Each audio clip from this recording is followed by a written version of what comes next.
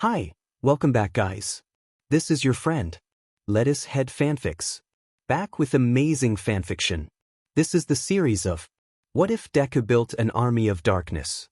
Now before starting, please give this video a like and subscribe to the channel if you want more videos like this. Now let's get into the fanfic. Izuku Yamazaki was a 20-year-old prodigy known by many titles. The strongest, the Yami no Oni, head of the Yamazaki clan, child of heavens, and the legend of the second generation. He was often referred to as the copy genius and the pinnacle, a true monarch of darkness. Izuku cherished his new family, his wife's support, training, martial arts, his clan, ice cream, the Justice League, the Avengers, and the friendships he had formed. However, he held a strong disdain for fake heroes, those who harmed others, Class 1, the Yagi family, the League of Apocalypse, Rias's peerage, Issei, and the shadows of his past. Izuku possessed remarkable abilities. His perfect copy quirk allowed him to replicate quirks, powers, and fighting styles with just a glance. He could manipulate both light and dark elements without limits, creating any type of weapon he desired. Time manipulation was another of his skills, enabling him to control and stop time at will. His energy manipulation allowed him to shape energy to his liking, and he grew stronger with each battle, adapting to any situation. His all-out ability boosted his powers significantly, and he had mastered all his abilities, using them to their fullest potential. With each new challenge, he would gain even more powers and abilities, and he had mastered every martial art known to the world. Izuku's suit, known by the code name Death, represented his formidable presence.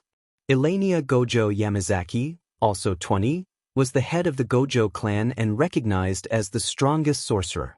She held a deep affection for Izuku, enjoyed sweets, valued her family and in-laws, and admired true heroes, including the Avengers and the Justice League. However, she shared a strong dislike for Class 1, the Yagi family, fake heroes, anyone who threatened her bond with Izuku, and the League of Apocalypse. Elenia's powers and techniques were formidable.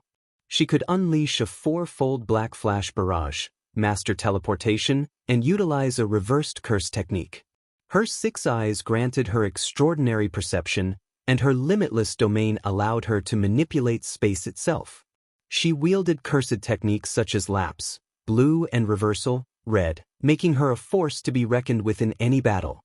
Together, Izuku and Elenia stood as a powerful duo, ready to face any challenge that came their way. Hollow Technique, Purple. Unlimited Void. Combat Mastery. Name, Hisashi Yamazaki.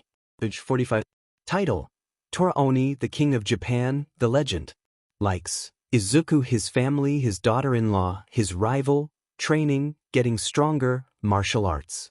Dislikes, Inko, the Yagi family, fake heroes, weaklings, anyone trying to hurt his family, the League of Apocalypse. Books. Power, Darkness Manipulation.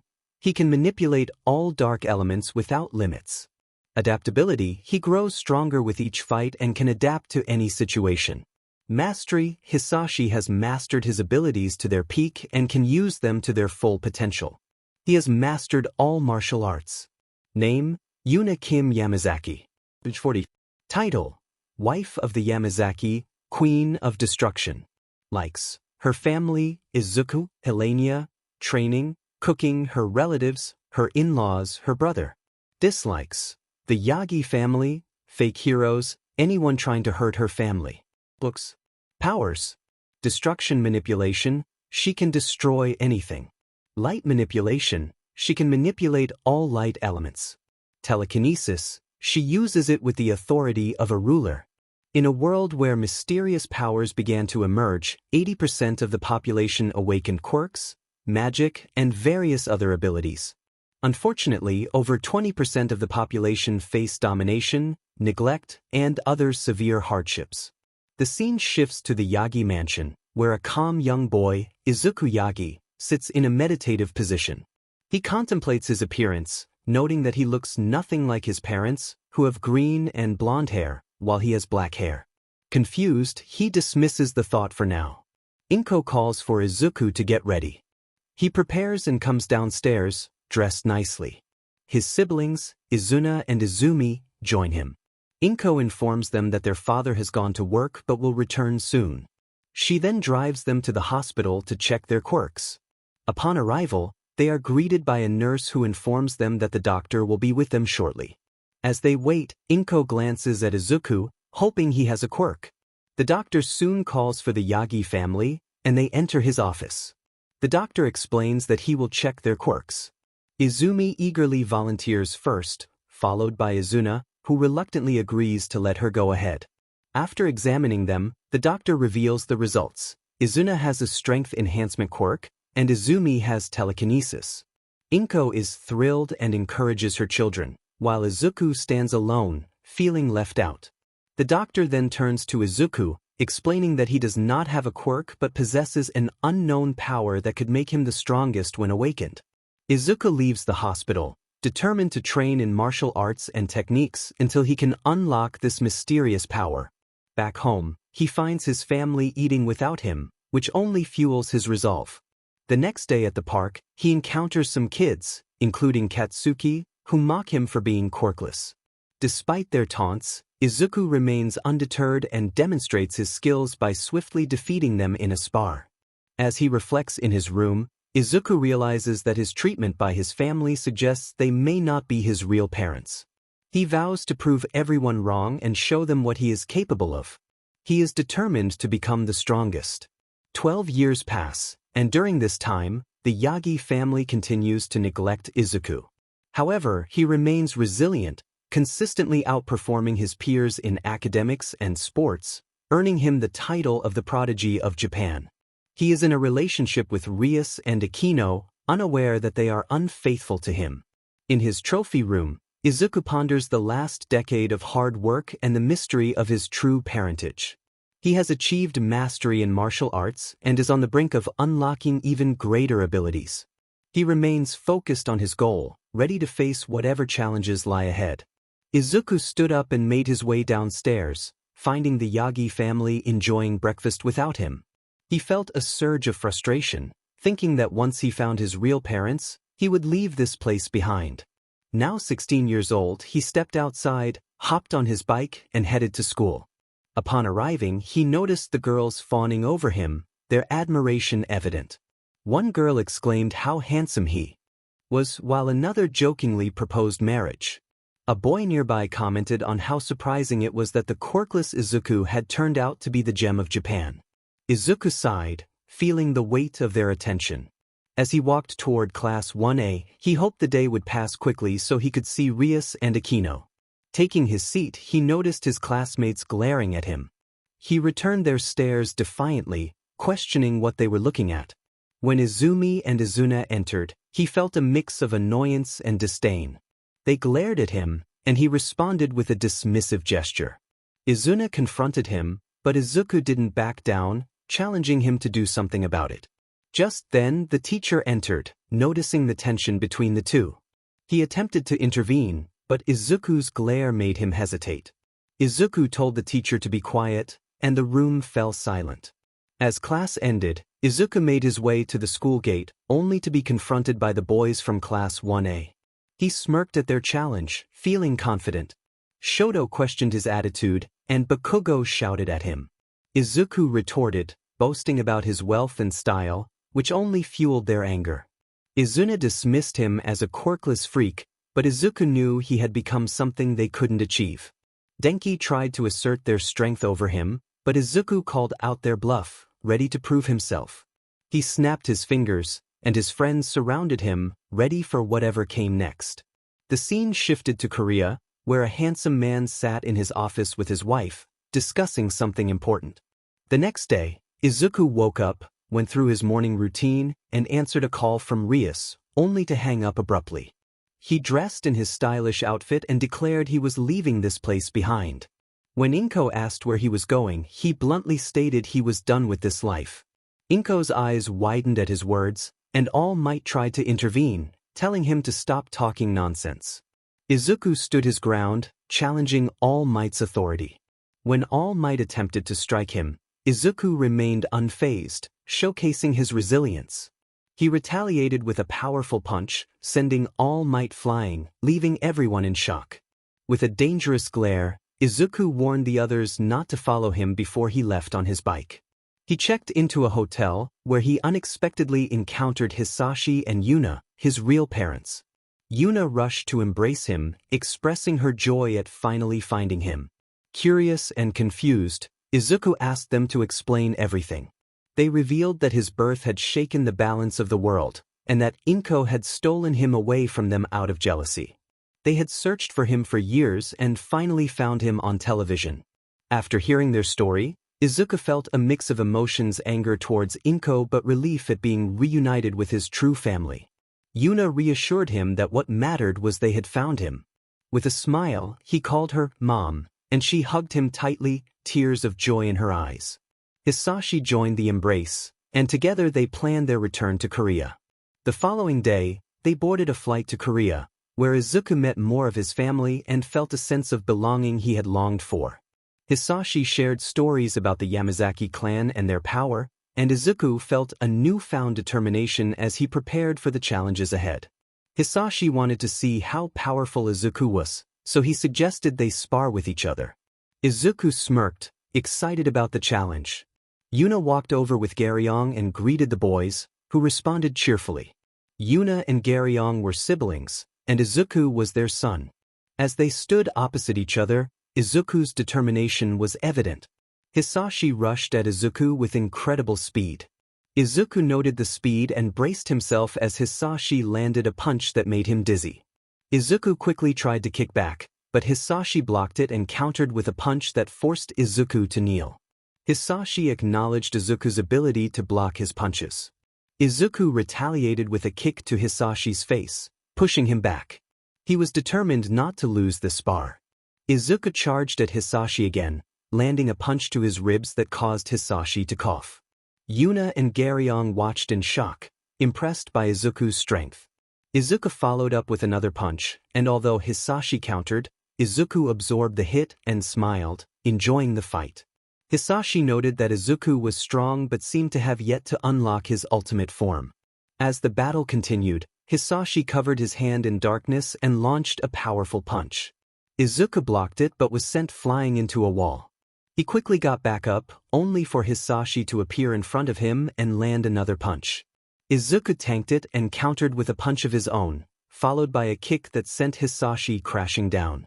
Hisashi grabbed Izuku's leg and slammed him into the wall. Izuku growled in frustration but quickly spun and kicked Hisashi in the face. Hisashi took the hit and punched Izuku again, but to his surprise, Izuku was still smiling. Izuku then unleashed a powerful punch, causing Hisashi to cough. He laughed, challenging Hisashi to bring it on. Both fighters began to clash at incredible speeds, with Garyong and Yuna watching in awe. Garyong remarked on Izuku's monstrous strength, while Yuna expressed her disbelief at how he kept up with Hisashi in his ultimate form. Hisashi decided it was time to end the fight and covered both hands in darkness, launching a series of powerful strikes at Izuku. As Izuku lay on the ground, knocked out, Hisashi reflected on Izuku's potential, noting that he was already at a king level at such a young age. Suddenly, the atmosphere shifted as Izuku began to rise again, breathing cold air. Garyong smirked, recognizing that Izuku had finally awakened his true power. Hisashi looked at Izuku, acknowledging him as the monster of the Yamazaki clan, now known as the Demon of Darkness. In the next scene, Izuku faced Hisashi while in his ultimate form, releasing a dangerous aura. Izuku created 2 daggers with his weapon creation ability, while Hisashi formed a sword from darkness. They both took a deep breath and charged at each other, clashing fiercely. Yuna and Garyong struggled to keep up with their speed. Yuna marveled at how fast they were moving, while Garyong realized that Izuku was going to surpass them all. Izuku attempted to slash Hisashi with his daggers, but Hisashi dodged and countered with his sword, increasing his speed. Izuku adapted quickly, finding an opening to catch Hisashi's sword with his hand and delivering a powerful punch. Hisashi recognized the move as a copy of his own and braced himself for another hit. As the fight progressed, Hisashi's eyes changed to green as he entered a more powerful state. He declared it was time for round 2. The battle continued, and despite Izuku's growth, Hisashi ultimately knocked him out, as Izuku had not yet mastered his ultimate form. Fast forward 2 years, Izuku, now 18, had trained diligently with his father and uncles. He had mastered his ultimate form and other abilities, becoming the world's #1 vigilante, feared by many. One morning, Izuku woke up feeling refreshed and ready to start his day. After completing his morning routine, he headed to the gym for an intense workout. After 3 hours, he took a shower, dressed, and went downstairs to find his parents in the living room. Hisashi was busy on his laptop while Yuna was setting the table. Izuku greeted them, and Yuna informed him that breakfast was ready. He sat down at the table, admiring the delicious meal prepared for him. After enjoying breakfast, Izuku asked if there were any plans for the day. Hisashi revealed that there would be a party to announce Izuku as the new head of the YAMAZAKI clan, and he would need to choose his bride. Meanwhile, Shintaro, Hisashi's brother, was discussing plans with his men, preparing to attack the YAMAZAKI clan. They were ready for action. "Boss!" Shintaro instructed his henchmen to prepare for an attack on the new head, who was rumored to be going on a date with his girlfriend. The henchman acknowledged the order and inquired about Garyong Kim and his sister. Shintaro assured him that he had people who would handle that situation. He then urged everyone to get ready. The scene shifted to a different location where 2 figures discussed their plan. One of them confirmed that they were aware of the plan and expressed annoyance at being ordered around. The other, Jayate, smirked and reiterated their understanding. They discussed Shintaro's impending attack on his clan and the need to deal with Jayate's father and aunt, whom they viewed as obstacles. They decided that Jayate would confront his father while James would go after Yuna Kim. Meanwhile, Izuku was preparing for his day, sensing that something troubling was on the horizon. He shrugged it off and got ready, donning his stylish outfit. After saying goodbye to his parents, he left for his date with Elena. Upon arriving at her home, he was greeted by her parents and expressed his excitement about the date. When Elena appeared, Izuku was taken aback by her beauty and complimented her. They set off to one of his favorite spots, where he playfully blindfolded her before revealing the beautiful location. Back at home, Hisashi sensed an ominous presence and called out to whoever was there. Shintaro revealed himself, and Hisashi was shocked to see his brother. Shintaro declared that he had come for revenge and to claim the position that Hisashi held. Their confrontation escalated, with Shintaro boasting about a barrier that prevented Hisashi from using his powers. Despite this, Hisashi remained confident, asserting his strength. Shintaro, however, revealed a hidden ability that left Hisashi stunned. The scene shifted to Yuna, who was engaged in a fierce battle with James Lee. Despite her strength, she found herself struggling against his speed and skill. As they exchanged blows, Yuna realized that something was wrong. She felt weaker than usual. James taunted her, revealing that he had drugged her during their fight. Just as Yuna was trying to regain her footing, Jayate appeared, having completed his own task. He revealed his intentions to eliminate the Kim family, shocking Yuna with the news of her father's demise. Jayate raised his axe, declaring his intent to finish Yuna. In a moment of despair, she accepted her fate, hoping to see her family one last time. Jayate swung his weapon and Yuna fell. James commented on the brutality of the act, and they both acknowledged that they had won due to Yuna's weakened state. They left the scene, setting the forest ablaze as they departed. Meanwhile, a clone of Izuku arrived at the scene, only to be devastated by the sight before him. He rushed to Yuna's lifeless body, desperately checking for any sign of life but finding none. Overcome with grief, Izuku pleaded for her to wake up, expressing his need for her presence. He embraced her still form, tears streaming down his face as he mourned the loss of his mother. Izuku looked at his father, Hisashi, and took in his condition. The fight with Shintaro had unfolded just as it did in the original story. Hisashi managed to speak, though his voice was weak. He greeted Izuku, who urged his father to hold on, promising that he would be okay. Hisashi asked about Izuku's mother, and in that moment, Izuku felt a wave of memories from his clones wash over him. He struggled to respond, revealing the heartbreaking truth that she was gone. As despair threatened to overwhelm him, Izuku contemplated using his time manipulation ability to travel back to the past and save them. Hisashi, sensing his son's turmoil, acknowledged his understanding of the situation. Izuku was filled with despair as he thought about his father. Hisashi urged him not to use his powers, assuring him that it was time for them to part ways. He wanted Izuku to live his life to the fullest, reminding him that his mother would be happy knowing he was alive and that she was in a better place. Despite his father's reassurances, Izuku felt a deep sense of loss. He needed his parents more than ever. Hisashi encouraged him to remember that Elena was still by his side and to promise to embrace life fully. From a distance, Shintaro observed Izuku talking to Hisashi while he commanded his men to launch weapons at them from all directions. As the danger approached, Hisashi realized the imminent threat and urged Izuku to survive. Just as Izuku began to comprehend the situation, Hisashi acted swiftly, pushing him away to safety.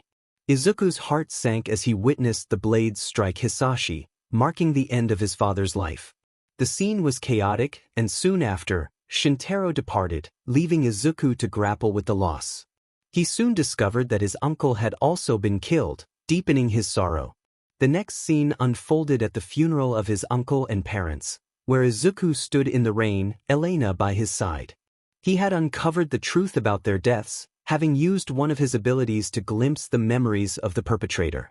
As mourners gathered to pay their respects, the weight of grief hung heavy in the air. Elena called out to Izuku, but he remained lost in his thoughts, overwhelmed by the loss of his family. He looked at her, and she responded with warmth.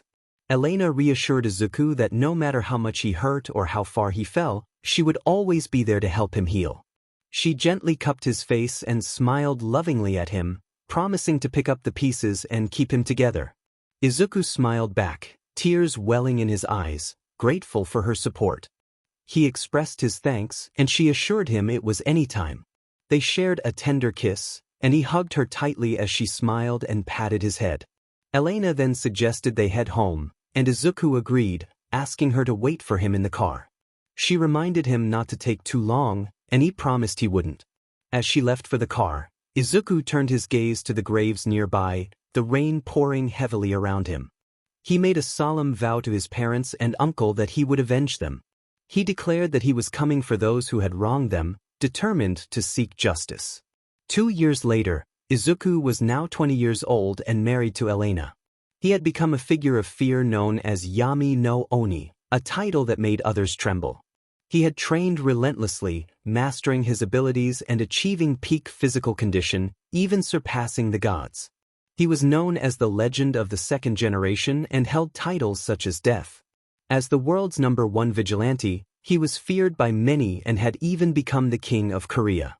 His friendship with the Justice League and the Avengers had strengthened his position, and the Yamazaki clan had risen to become the strongest in the world due to his efforts. Although he had been hunting for those responsible for his family's tragedy, they had gone into hiding. After finishing his training one day, Izuku went downstairs to find Elena preparing breakfast. They exchanged morning greetings, and after sharing a kiss, he thanked her for the meal. They enjoyed breakfast together and then took a shower, preparing for the day ahead. As he admired the outfit Elena had chosen for him, she excitedly pointed out that it was snowing outside, and they decided to go see it together. Izuku chuckled at her enthusiasm, feeling joy at her happiness. He thought to himself that he would do anything to keep her smiling. They spent the day enjoying the snow, and later that night, Izuku was in bed with his laptop while Elena slept beside him. He received a call from Tony Stark, who informed him that his new suit was ready. Although Tony offered him a chance to join the Avengers, Izuku preferred to work alone. After hanging up, he opened a suitcase that flew into his room, revealing his new suit. He admired it, enhancing its durability with his dark element before transforming it into a watch for convenience. He then cuddled with Elena, and they drifted off to sleep peacefully. The next morning, Izuku woke up to see Elena resting on his chest, making him smile. They decided to work out together before having breakfast and showering. As they got ready, Elena asked if he would accompany her to Jujutsu Tech to meet her friends. Excited, Izuku agreed, and they drove to the school together. Upon arriving, they met Shoko and Geto outside. Shoko, married to Geto, greeted them warmly. Elena introduced Izuku as her husband, and they all exchanged friendly pleasantries. Izuku and Geto discovered they had much in common and quickly became good friends. Later, Izuku found himself in his office, gazing out at the city. His assistant entered, announcing that Bruce Wayne had come to see him. When Bruce walked in, Izuku welcomed him with a smile. They caught up briefly, and Bruce expressed his desire for Izuku to train his son, Damien, believing he had great potential. Izuku was determined to become much stronger, especially with his ability to copy others. He was curious if he could replicate quirks and powers as well. Bruce confirmed that he could, but only up to 10 quirks. Izuku decided to train Damien, and Bruce appreciated his willingness to help. They agreed to meet at the bar for a drink afterward. After their conversation, Izuku left and headed home. Elena greeted him as he walked in, and she mentioned that dinner was ready but she needed to take a shower. Izuku thanked her and enjoyed his meal. Once he finished, he went to his room, where Elena was waiting for him on the bed. She asked about his day, and he shared that Bruce had come to see him and asked him to train Damien. Elena was intrigued to learn that Damien had the copy ability. Izuku suggested they watch a movie together, and she agreed. After enjoying the film, they went to sleep. The next day, Izuku was training, doing push-ups and then switching to sit-ups. Elena entered with Damien following her. Izuku paused to greet them, and Damien introduced himself as the one Bruce had mentioned would be training him. Izuku confirmed that he was indeed the one and asked how many martial arts styles Damien knew. Damien replied that he was well versed in all of them. Izuku proposed a sparring match to gauge Damien's skills. After an intense session, Izuku emerged victorious, but he was impressed by Damien's abilities. He encouraged Damien, saying that with proper training, he would become a formidable fighter. Izuku smirked, hinting that he would mold Damien into his masterpiece. Time passed, and after a month of rigorous training, Damien had transformed significantly. His martial arts skills had reached an impressive level, comparable to seasoned fighters. Izuku acknowledged this change and noted how much stronger Damien had become, thanks to his training and the use of his copy ability. When Izuku asked if Damien was hungry, he nodded, and Izuku went to prepare a meal for them. After 20 minutes, he returned with the food, which Damien found delicious. Izuku then inquired how Damien viewed him. Damien expressed that he saw Izuku as both a teacher and an older brother, which brought a smile to Izuku's face. As they finished their meal, Jason arrived to pick up Damien. He was astonished by how much Damien had changed. Damien credited his growth to Izuku's guidance. Jason remarked on the positive transformation and encouraged Damien to join his team, while Damien expressed a desire to visit Izuku again. Before Damien left, Izuku presented him with a special gift, a beautifully crafted katana. Damien was thrilled and thanked both Izuku and Elena, who had helped arrange it. Jason was surprised to see this softer side of Damien, who usually kept his emotions guarded. After they left, Elena commented on how Izuku had taken a liking to Damien.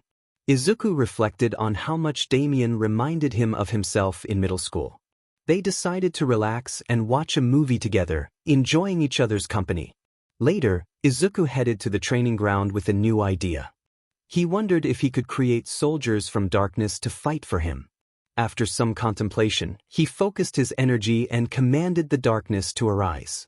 A horde of humanoid knights and creatures began to take shape, and among them, one knight stood out, radiating a powerful aura. The knight knelt before Izuku and introduced itself, expressing its desire to serve him. Izuku was intrigued by the soldier's will and decided to name it Igris, his strongest soldier and commander of his dark army. Igris vowed to honor its name and serve Izuku faithfully. Encouraged by this success, Izuku contemplated creating more soldiers. He then summoned a dragon made from his dark element, marveling at the creature's presence as it knelt before him. The possibilities of his newfound abilities excited him, and he felt a surge of power as he envisioned the army he could build. Izuku gazed at the dragon as it bowed and wagged its tail. The dragon requested a name, and Izuku pondered for a moment before deciding on Kamish, the dragon of darkness, my second in command. Kamish expressed his approval, vowing to carry the name with pride. Izuku then surveyed the army of darkness he had created, a smirk forming on his face as he thought to himself about having his own army. Igris, his commander, inquired about their living situation. Izuku instructed him to return to his shadow and create a home for everyone. Igris assured him it would be done. Izuku had the ability to create soldiers of darkness with his dark element, with Kamish and Igris as his strongest allies. His soldiers could mimic the abilities of their opponents without limits. Excited about a new ability he had discovered, Izuku shared the news with Elena, who was happy for him. He learned he could place his soldiers in the shadows of others, so he decided to put some in Elena's shadow. The scene shifted to Izuku standing atop a building in his suit, ready for action. He felt a surge of energy and moved towards the source, discovering a mysterious figure opening a seal. As the figure emerged, Izuku recognized the name Sukuna from Elena's stories, realizing she was the queen of curses. Sukuna sensed someone watching her and turned to find Izuku behind her, daggers poised at her neck. Igris stood nearby, ready to protect Izuku. Sukuna introduced herself, and Izuku called Igris back to his side. Sukuna, intrigued by Izuku's aura, inquired about his intentions now that she was free. Izuku asked what her plans were, but Sukuna declared he was an obstacle in her path and would need to be eliminated. She began to activate her domain expansion, but Izuku waved his hand, effortlessly breaking her domain. Sukuna was taken aback by his strength, feeling an overwhelming bloodlust that forced her to kneel. As she gazed at him with admiration, Izuku's bloodlust subsided, and Sukuna unexpectedly tackled him to the ground, expressing her desire to claim him as hers. Izuku, taken by surprise, reminded her that he was already married.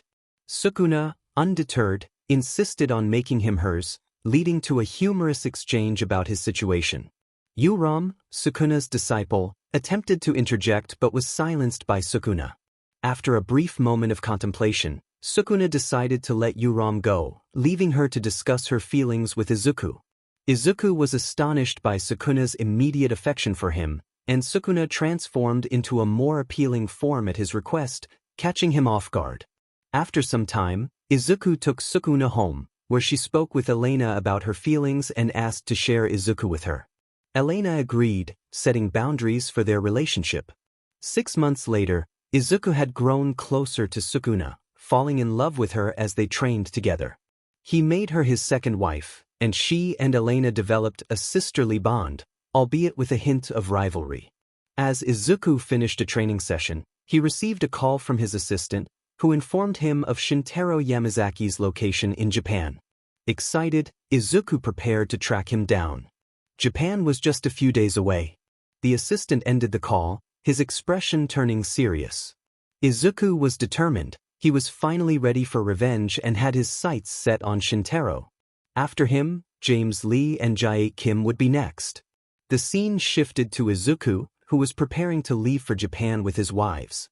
He asked them if they were ready, and they responded enthusiastically. They made their way to one of Izuku's cars and drove to the airport, where his private jet awaited them.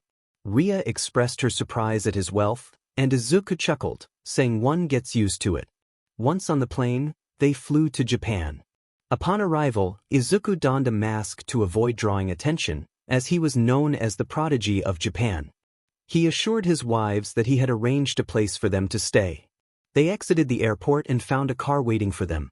The driver directed them to their destination, and Izuku smiled, eager to show them what he had prepared.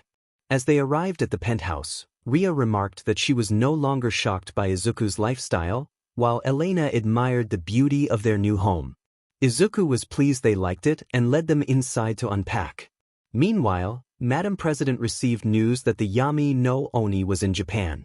Concerned, she learned that he was accompanied by his wives and had come for personal business.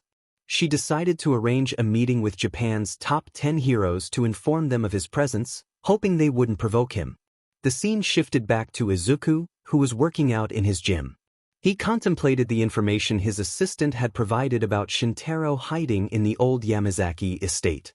Determined to confront him, he needed to ensure the heroes wouldn't interfere. He received a call from the Hero Association, inviting him to meet, which he agreed to, thinking it would make his task easier. After a vigorous workout, Ria entered the gym and noticed Izuku. She approached him, playfully placing her hand on his chest. Their moment was interrupted by Elena, who reminded Ria that she was supposed to call Izuku for breakfast. After a brief kiss, Elena insisted it was her turn, and Izuku chuckled at their playful antics.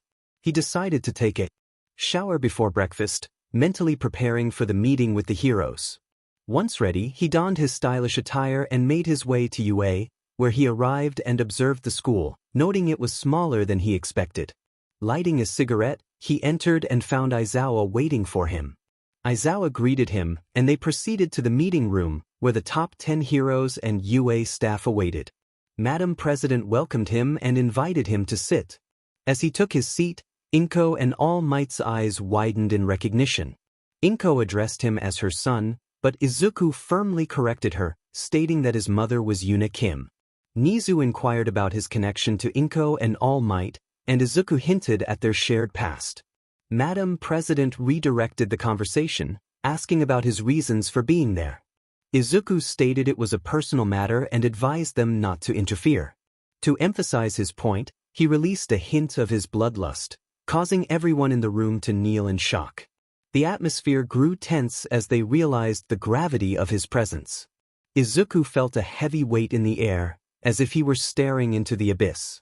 It was a sensation that everyone around him could sense. He then released the tension that had built up, allowing the heroes to breathe again. He hoped they would understand his perspective, and they nodded, a hint of fear in their eyes. Nexus suggested a tour around UA, addressing Izuku directly. Nizu glanced at Aizawa, who nodded in agreement. Izuku accepted the offer, and Aizawa led him away, casting a stern look at All Might and Inko. Nizu inquired about Izuku's connection to them, his curiosity piqued. Aizawa guided Izuku through UA, eventually arriving at his classroom. He introduced it with a sense of pride, stating that this was Class 1A, his class.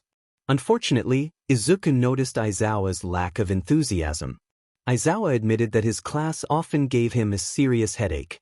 He entered the classroom first, followed by Izuku, who was taken aback by the chaotic scene. Aizawa shouted for silence, expressing his frustration. Izuku thought to himself that it must have hurt to be addressed that way. As he surveyed the class, he recognized his former middle school classmates, which ignited his anger. He reminded himself to stay calm and not lose control. Aizawa introduced the concept of the Yami no Oni, causing a stir among the students. He then asked Izuku to introduce himself. Izuku declared his name, making it clear he wasn't pleased to meet them. The scene continued with Class 1A staring at Izuku in shock. Katsumi couldn't believe it was Deku, while Izumi recognized him as the Yami no Oni everyone feared. Rias and Akino seemed hesitant to approach him. Izuku smirked, enjoying their surprise. Issei challenged him, claiming strength despite Izuku's transformation. Izuku retorted, boasting about his popularity compared to Issei and his friends. Katsuki confronted Izuku, insisting he was stronger. Izuku confidently stated he knew he was stronger, which only fueled Katsuki's anger. Katsuki rushed at him, launching explosive punches that created a cloud of smoke. When the smoke cleared, Izuku stood unharmed, leaving Katsuki terrified. Izuku dismissed Katsuki's attack as weak and prepared to show him what a real punch felt like. He delivered a powerful blow, shaking the ground of UA. The class looked on in disbelief. Aizawa, recognizing Izuku's strength, asked how he knew the class and what history he had with them. Izuku casually wiped his hands, hinting at a long history with them. Aizawa instructed someone to take Bakugo to Recovery Girl. As Rias and Akino approached Izuku, he warned them to stay back, causing them to retreat in fear. All Might and Inko entered the scene, prompting Izuku to insult them. Izuna defended her mother, but Izuku reminded her of their different relationships. He challenged her strength, claiming none of them could match him. Izuna proposed a showdown against the entire class, and Izuku accepted, suggesting Aizawa prepare his best healers. The scene shifted to Izuku in a simulated city, stretching and preparing for the confrontation. He expressed excitement for the challenge ahead. Class 1A entered the fake city in their hero costumes, and Igris emerged from Izuku's shadow, offering to handle the class. Izuku declined, wanting to teach them a lesson about underestimating him. Izumi called out to Izuku, questioning if he was scared. He dismissed her, mocking her appearance. Katsuki threatened him, but Izuku remained unfazed, asserting his superiority. As the confrontation began, Izuku swiftly took down Denki with a punch that knocked him out. He dodged Izuna's attack and countered with ease, showcasing his strength. Katsuki attempted to retaliate, but Izuku effortlessly evaded and struck back, sending him crashing into a building. Izuku continued to dominate the fight, taking down Kirishima and Mina with quick, decisive moves. Akino confronted him, but Izuku asserted his belief in equality, knocking her out as well. Issei entered his balance breaker, attacking Izuku with a sword. Izuku stood his ground, unimpressed, and froze the weapon before shattering it. He dispatched Issei with a powerful kick, leaving him incapacitated. Izuna attempted a sneak attack, but Izuku summoned Igris, who swiftly dealt with her. Izuku then confronted the Todoroki twins, slamming their heads together before turning his attention to Katsumi, whom he knocked out with a single punch. Momo tried to attack from behind, but Izuku dodged and countered, leaving shockwaves from his blows that resonated throughout UA. He continued to overpower the remaining classmates, leaving only Izumi standing. As Izuku stood there, a sense of fear washed over him. He was determined to confront Izumi, who was preparing to unleash her power. Just as she was about to charge, Izuku appeared in front of her and grasped her hands firmly. With a swift movement, he head-butted her. Izumi let out a startled cry, but her anger quickly surged, and she retaliated with a headbutt of her own, which made Izuku smirk. He taunted her, questioning the strength of her attack. With a sudden shift, he began to apply pressure to her arms, demonstrating his overwhelming strength. He then floated slightly off the ground and delivered another headbutt, sending Izumi crashing to the ground. He remarked on her performance, claiming he hadn't even tapped into his full abilities. The spectators in the observation room were left in shock as they witnessed him defeat the entire Class 1A without using his powers. With a snap of his fingers, Izuku transformed his attire, glowing momentarily as new clothes appeared on him. He turned to leave, leaving behind a battered Class 1A. Aizawa quickly called for medics to assist his students, while All Might placed a hand on Izuku's shoulder, expressing concern about his excessive force. Izuku brushed off All Might's hand, asserting that he had held back and that the heroes needed to step up their game. He walked away, expressing his disappointment in the future heroes of Japan. The scene shifted as Izuku arrived home and called out to the girls. They greeted him with smiles, and Elena welcomed him back, noting that he had finished his work at UA. Izuku confirmed that he had warned the heroes not to interfere if they wanted to avoid getting hurt. Ria suggested they go on a date together, and Izuku agreed, realizing it had been a while since they had all gone out. As they rushed upstairs to get ready, Izuku smiled to himself, amused by their excitement. After a brief moment, he joined them downstairs, feeling confident in his appearance. He waited outside by his car, playing games on his phone as he anticipated their arrival. When Elena and Ria finally emerged, he complimented their stunning looks, and they shared playful banter before getting into the car. Izuku drove them to one of the most luxurious restaurants in Japan, and upon arrival, they stepped out, drawing attention from onlookers. The girls noticed the gazes directed at them, and Izuku felt a mix of pride and amusement. As they entered the restaurant, they were greeted by a waiter who led them to a table. Izuku thanked him and prepared to take their orders, enjoying the moment with his companions. The scene transitioned to Izuku standing outside Shintaro's house, feeling a sense of determination. As he approached, he noticed the guards surrounding him, and he sighed, wishing to resolve the situation quickly. Inside, Shintaro was engrossed in a book when he received news of Izuku's arrival. Shocked, he rushed outside to find his guards incapacitated. The sight of Izuku standing confidently before him sent chills down Shintaro's spine. Izuku's aura radiated power, and he declared that Shintaro would meet his end that day. Shintaro, realizing the gravity of the situation, attempted to taunt Izuku by mentioning his past. Izuku, however, was unfazed and prepared to confront him. He entered a heightened state of focus, his eyes glowing green as he prepared for battle. With incredible speed, Izuku charged at Shintaro, who barely managed to evade his punch. The fight escalated as they exchanged blows, with Izuku demonstrating his superior strength. As Shintaro commanded his remaining guards to protect him, Izuku swiftly incapacitated them, showcasing his overwhelming power and determination. The confrontation was intense, and Izuku was ready to end it, fueled by the memories of his past and the strength he had gained. Hisashi was incredibly strong. Shintaro felt a sense of dread, realizing that at this rate, he might not survive. He couldn't shake the unsettling feeling of seeing Hisashi in Izuku. As Izuku began to approach Shintaro, his aura grew heavier, enveloping the area in an oppressive atmosphere. Shintaro looked at Izuku, and what he saw sent chills down his spine. Izuku seemed like a harbinger of death, his aura shaking the very fabric of the world around them. Shintaro thought to himself that this was no longer a child before him.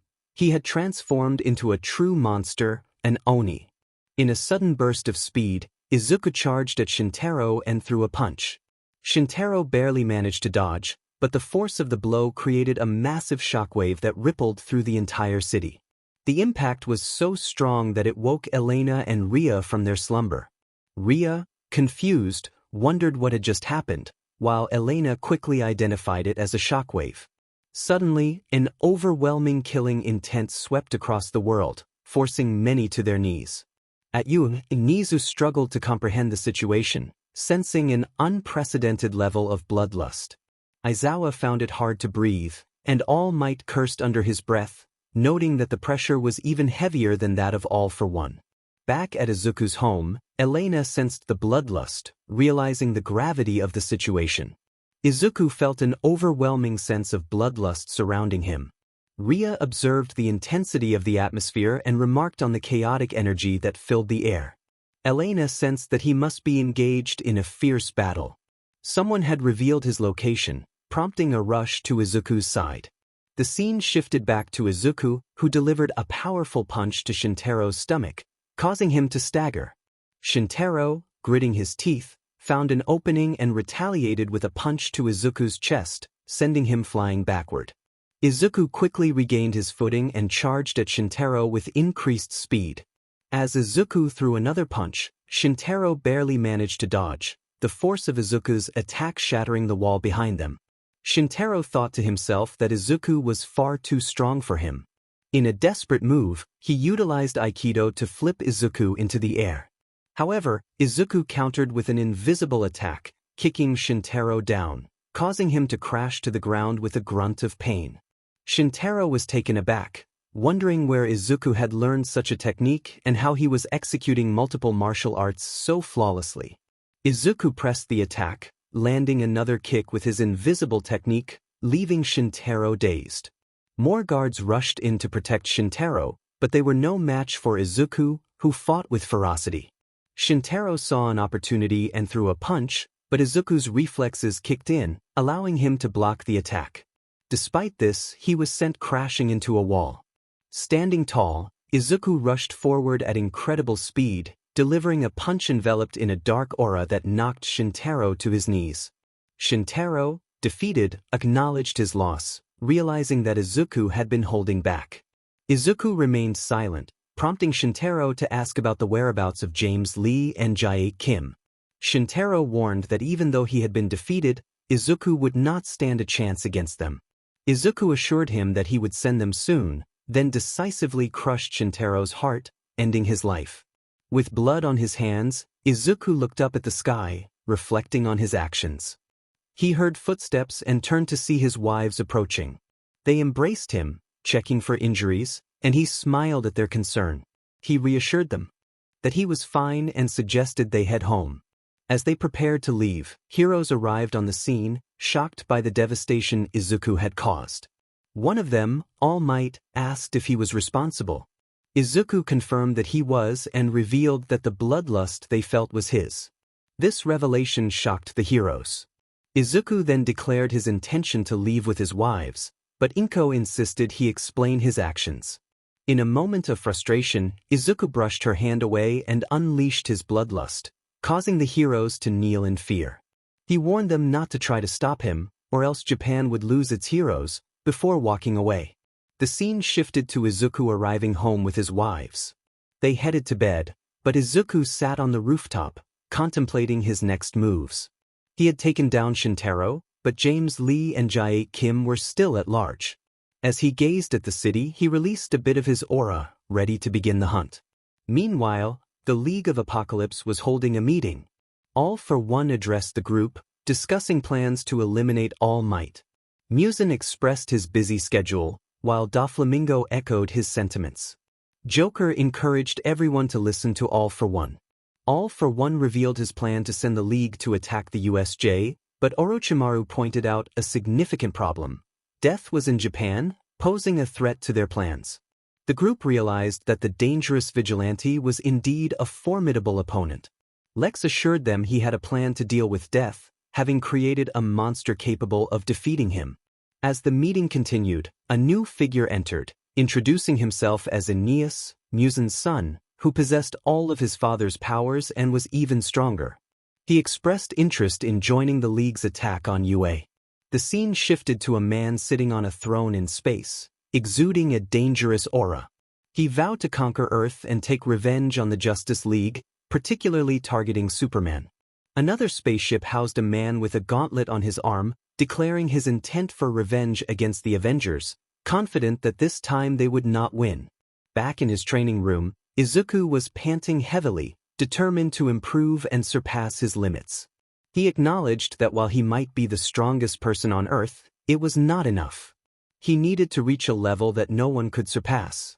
He called for Elena and Ria, informing them of his intention to train in the time chamber.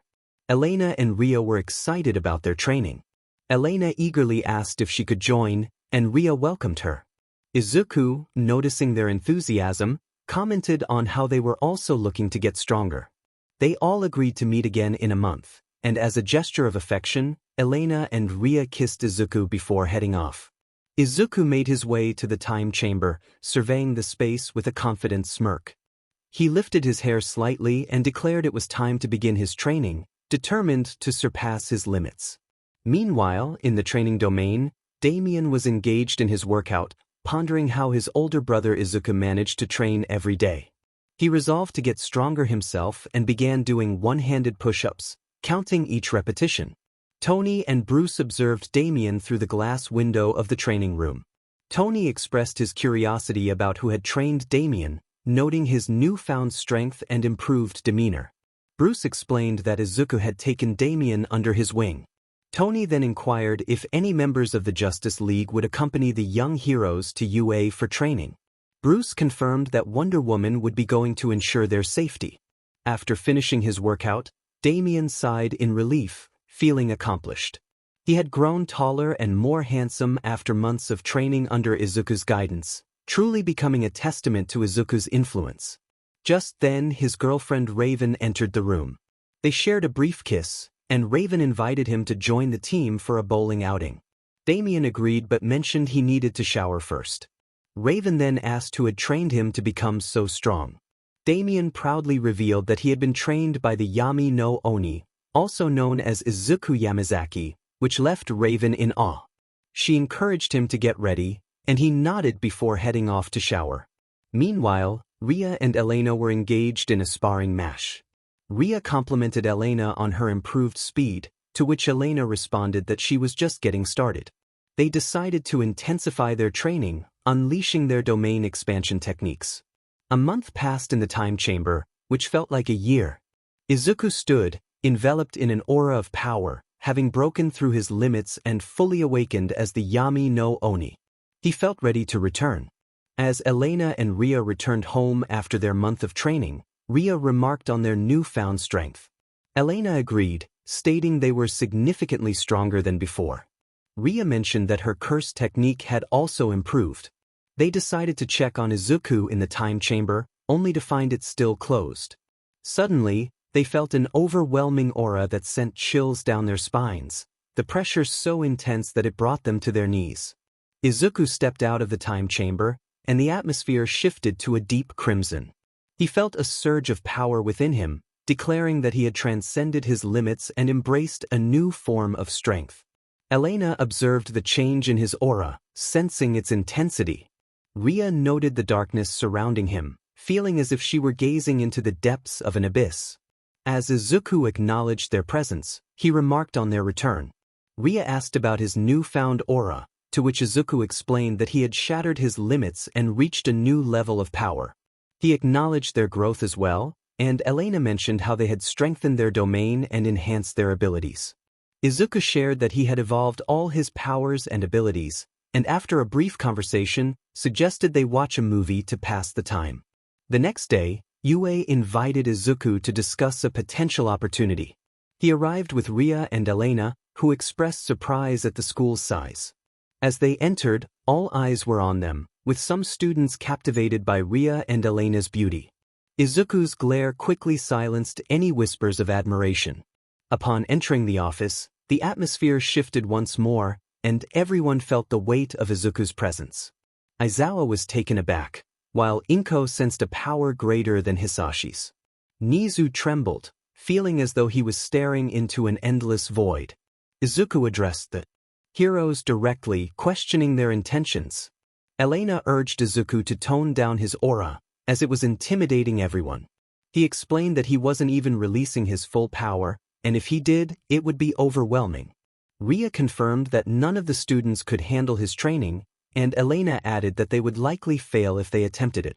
Nizu suggested that perhaps a couple of students might be exceptions, referring to Ria and Elena. Inko was shocked by this revelation, and Izuku retorted that he didn't need her permission for his choices. All Might attempted to interject, but Izuku silenced him, emphasizing that he should not be interrupted. He turned to Inko, expressing his feelings about her neglect during his upbringing. He made it clear that he would not be training the students, as they wouldn't survive his methods. The principal understood and thanked him for his time. As they exited, Izuku sensed something approaching. The arrival of young Justice was imminent, and he anticipated seeing his students. The ship landed, and Nightwing introduced himself. Izuku greeted him warmly, and Jason joined in, sharing a friendly exchange. Wonder Woman and Supergirl soon followed, and Izuku complimented Diana, causing her to blush. He then learned that his student, Damien, was with Raven, and he expressed pride in Damien's growth. After a brief conversation with Raven, who felt the weight of Izuku's aura, he wished them well and playfully winked at Supergirl and Wonder Woman, leaving them flustered. Later, Izuku returned home after a refreshing shower, only to find Ria and Elena in stylish outfits.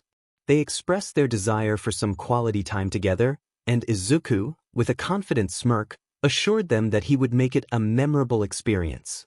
To be continued. Narrator's point of view. The UA training with Young Justice had allowed the students to grow stronger, and Damien had finally reached mastery, using his abilities to their full potential. After a week, Young Justice returned to America. The scene shifts to Izuku, who was in his home gym, working out while listening to music through his earbuds. He was enjoying a song that energized him, feeling the rhythm as he lifted weights and performed one-handed push-ups and sit-ups. After 3 hours, he completed his workout just as his friends entered the gym. Elena and Ria called out to him, and he wiped his sweat with a towel, acknowledging them. They asked if he was done with his workout, to which he replied affirmatively, wondering if they needed anything. They informed him about a party that the Hero Commission had invited them to, insisting that he attend as well. Izuku hesitated, questioning who would be there, and learned that the top 10 heroes and some media representatives would be present. With a resigned sigh, he agreed to go, asking for time to shower and get ready. After refreshing himself, he chose an outfit that he felt suited him well, admiring his reflection. He donned his stylish shades and headed downstairs, noticing that the girls were still preparing. When they appeared, they looked stunning in their elegant dresses, ready to go. With a smile, they all headed to Izuku's car and drove to Yue. As the scene shifted to the heroes and guests already at the party, Izumi remarked on the large crowd, while Katsuki expressed his eagerness to compete with the strong heroes present. The atmosphere was lively, and then Izuna entered, drawing attention from the girls, which made him smirk with confidence.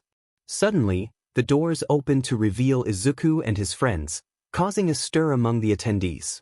Many were captivated by Izuku's presence, while some girls fainted at the sight of him. Izuku scanned the room, noticing some familiar faces glaring at him, and he returned their gaze with intensity, making them look away.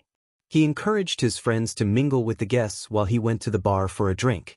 The bartender prepared a strong beverage for him, which he found quite enjoyable. Observing the crowd, he noted the presence of influential government leaders and decided to gather information discreetly by using his shadows to infiltrate their surroundings. As he relaxed at the bar, he noticed that many girls were watching him, which prompted a heavy sigh. His attention was drawn to Izuna, who was attempting to flirt with his friends. Feeling a surge of anger, Izuku released a hint of his aura, causing a wave of fear to sweep through the hall. Izuna, startled, found himself confronted by Izuku, who firmly grabbed him and slammed him to the ground. The atmosphere shifted as All Might and Inko considered intervening but froze at Izuku's fierce glare. Izuku leaned closer to Izuna, warning him to stay away from his friends, making it clear that any further advances would have severe consequences.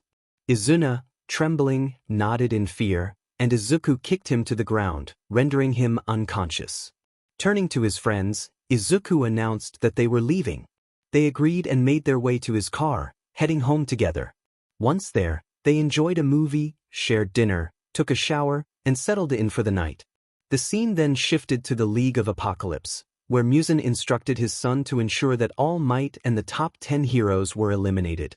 Doflamingo and Aeneas assured him that they would fulfill this task without fail. To be continued. Izuku gently shook Elena as she mumbled for 5 more minutes. With a smirk, he leaned closer to her ear and playfully warned her that if she didn't wake up, there would be no cuddles for her. Hearing his words, Elena immediately woke up, declaring that she was awake. Izuku chuckled, pleased that his tactic had worked. Elena pouted, claiming it wasn't fair, to which Izuku responded that she looked cute when she pouted. She then demanded her morning kiss, and he invited her to come and get it. Elena stood up, facing Izuku, and pulled him into a kiss, attempting to take the lead. Noticing this, Izuku playfully took control by deepening the kiss. He teased her, acknowledging her effort. Afterward, he encouraged her to freshen up, mentioning that breakfast would be ready soon. Elena agreed and headed off to get ready while Izuku made his way downstairs to the kitchen, where Ria was cooking. He smiled and hugged her from behind, complimenting the delicious smell. Ria, surprised to see him, asked what he thought of her cooking. She told him to be patient, and he decided to wait in the living room with Elena. After a while, they all gathered for breakfast, and afterward, Izuku headed to the gym to train. He focused on his workout for 3 hours before taking a shower and getting dressed. Satisfied with his outfit, he made his way downstairs to find Elena and Ria playing games. He hugged them both from behind, making them smile. Elena asked if he planned to go out that day, and he replied that he was too lazy and wanted to enjoy time at home with them. Ria suggested watching a movie, and they agreed on Sonic 3. As they cuddled together, the scene shifted to UA, where Class 1A was preparing to head to the USJ for training. Aizawa instructed them to get on the bus, informing them that the top 10 heroes would accompany them for training. As they traveled, Rias noticed a cameraman and questioned Aizawa about it. He explained that their training would be broadcasted for the world to see. Upon arriving at the USJ, Aizawa welcomed the students, who were in awe of the size of the facility. They entered and found the top 10 heroes waiting for them. Rias's eyes widened when she spotted someone familiar. Makima greeted Rias, revealing that she was back from living overseas and had become the new president of the Hero Association. Rias was surprised to learn about her cousin's new position. Makima expressed disappointment in Rias for her past actions and turned her attention to Akino, expecting more from her as well. The class fell silent under her intense gaze. Meanwhile, Izuku was at home, watching the news about UA's training broadcast. He noted the presence of Makima and found her beautiful. Back at the USJ, training was about to begin when suddenly, a portal opened, and villains stepped out, causing alarm among the heroes. Kirishima mistook them for fake villains, but Makima clarified that they were real threats. As the villains prepared to attack, the heroes were ready to defend, but the class was held back by the pros, who insisted they would handle the situation. Mikima confronted the villains, demanding to know who they were. Anise revealed that they were members of the League of Apocalypse, intent on taking down the top heroes. With a snap of his fingers, Anise summoned an army of high-end gnomes and various monsters, leaving the heroes in shock. The broadcast captured the unfolding chaos, and the Justice Avengers rushed to the USJ to assist the heroes of Japan, knowing they would need all the help they could get. Back at home, Izuku watched the events unfold with a grin, realizing that the day was about to become far more exciting than he had anticipated. To be continued. The scene begins with Izuku at home, watching the news with his wife. He expresses his disbelief at the situation unfolding on the screen. Ria acknowledges the severity of the situation, while Elena urges Izuku to help, pointing out that some people do not deserve to suffer. Despite his reluctance, Izuku agrees to intervene if things become dire, then lays his head on Ria's chest, prompting a mix of sighs and smiles from her and Elena. Ria notes that Izuku had promised to act when the situation escalates, and they decide to wait and see what unfolds. The scene shifts to the USJ, where the heroes are engaged in battle against Anise's army.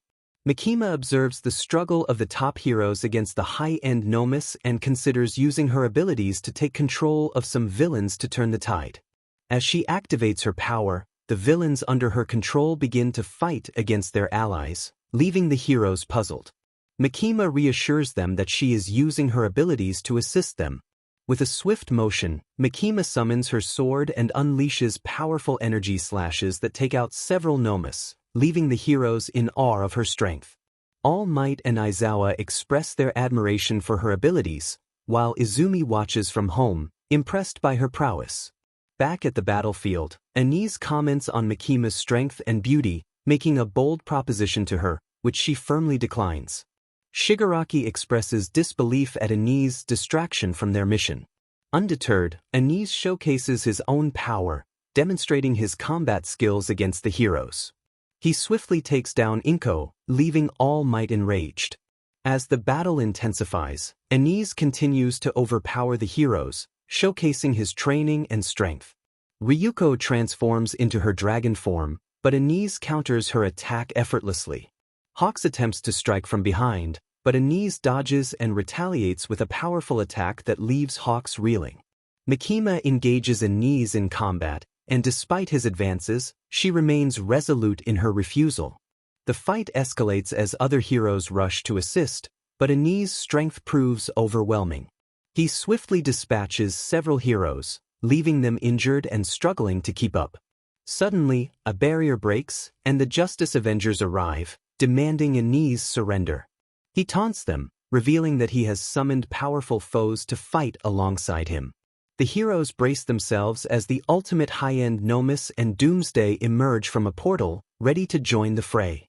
As the battle looms, Izuku's soldiers emerge from the shadows, creating barriers to protect their allies. The atmosphere is tense as both sides prepare for the impending clash, with the heroes determined to stand against the overwhelming odds. As he felt a sense of familiarity, he realized which soldiers belonged to him, a smirk forming on his face. Meanwhile, Izuku was perched atop a building, engrossed in the news on his phone. It was time for him to gather his aura. He stood up, his white pupils glowing as a dark aura enveloped him, preparing for what lay ahead. The scene shifted to Izuku arriving at the USJ. He greeted Iron Man, who remarked on his tardiness. Izuku acknowledged the situation, knowing the students and injured heroes were being escorted to safety. He approached Mikima, taking her hand and introducing himself with a charming demeanor, causing her to blush slightly. With a wave of his hand, he used his dark element to heal the injured. Izuna attempted to speak, but Izuku interrupted him, commanding him to leave. He warned Izuna of the consequences of disobedience, which made Izuna uneasy as the League of Villains escorted the heroes and students to safety. Turning to Anise, Izuku expressed his readiness to begin. Anise feigned surprise at his arrival, but Izuku warned her not to take his name lightly, as she wouldn't be able to handle the consequences. He confidently declared that he was the embodiment of death, transforming briefly to prove his point before reverting to his original form. He explained that he wouldn't need his suit to defeat her and her army. Anise challenged him, but Izuku summoned his soldiers to handle the lesser threats. He instructed Igris to engage the high-end samurai Nomu while he dealt with Anise. As the battle escalated, Izuku's aura forced everyone to their knees, and he demanded they come at him. Anise commanded Doomsday and his ultimate to attack, and they charged at Izuku with incredible speed. He welcomed the challenge, rushing to meet them. The clash of their powers created shockwaves, and Izuku skillfully dodged and countered their attacks, showcasing his agility and strength. Doomsday attempted to land a blow, but Izuku evaded and retaliated with a powerful kick that sent Doomsday soaring into the air, leaving onlookers stunned. Superman questioned the reality of what he had just witnessed, while Flash and Hawkeye confirmed the extraordinary feat. As the battle continued, Izuku noted the adaptability of his opponents, recognizing that while they were growing stronger, their speed couldn't match his. He decided to focus on Doomsday first, delivering a decisive kick that sent the creature sliding back. With a fierce determination, he unleashed a fire manipulation attack that resulted in a massive explosion, turning the Nomu to dust. As the smoke cleared, the shock of the onlookers was palpable, the entire world watching the broadcast. Izuku smirked, acknowledging his victory. Anise, astonished, questioned how he had defeated such a formidable foe so easily. Izuku simply replied that the answer was straightforward: all might was weak. The scene shifted to Aizawa, who could only ponder the implications of what he had just witnessed. Strong as this kid. Mikima couldn't help but notice how impressive he looked. Izuku turned around and winked at her, causing a blush to spread across her cheeks. He then focused on Doomsday as it began to approach him with a fierce roar. Izuku felt a thrill as he faced the massive creature, ready for the challenge. He welcomed the confrontation, eager to see what Doomsday could do. They rushed at each other, exchanging blows at incredible speeds. Izuku found himself impressed by the creature's strength. Doomsday managed to grab Izuku's leg and slammed him to the ground, but Izuku quickly spun around and kicked Doomsday in the face, causing it to slide back slightly. As he regained his footing, Izuku noticed a group of high-end enemies rushing toward him, and a confident smirk appeared on his face. He charged at them with incredible speed, taking them down one by one. Anise watched in shock, struggling to comprehend the display of power. Shigaraki stood speechless, unable to find the words to describe what he was witnessing.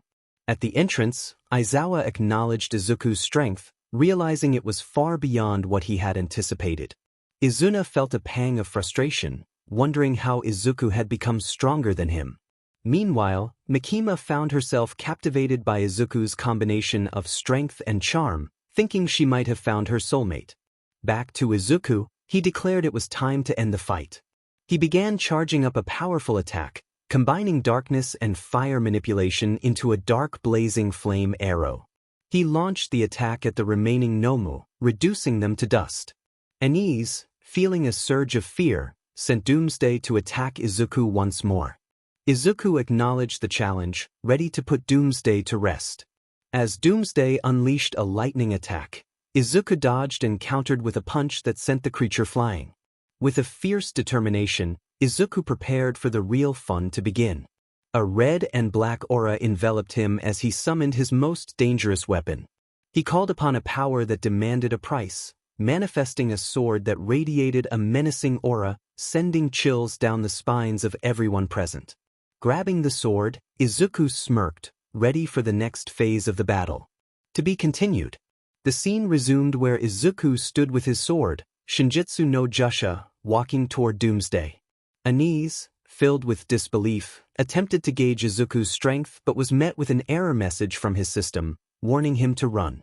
Izuku took a deep breath and charged at Doomsday, executing a sword technique that struck true.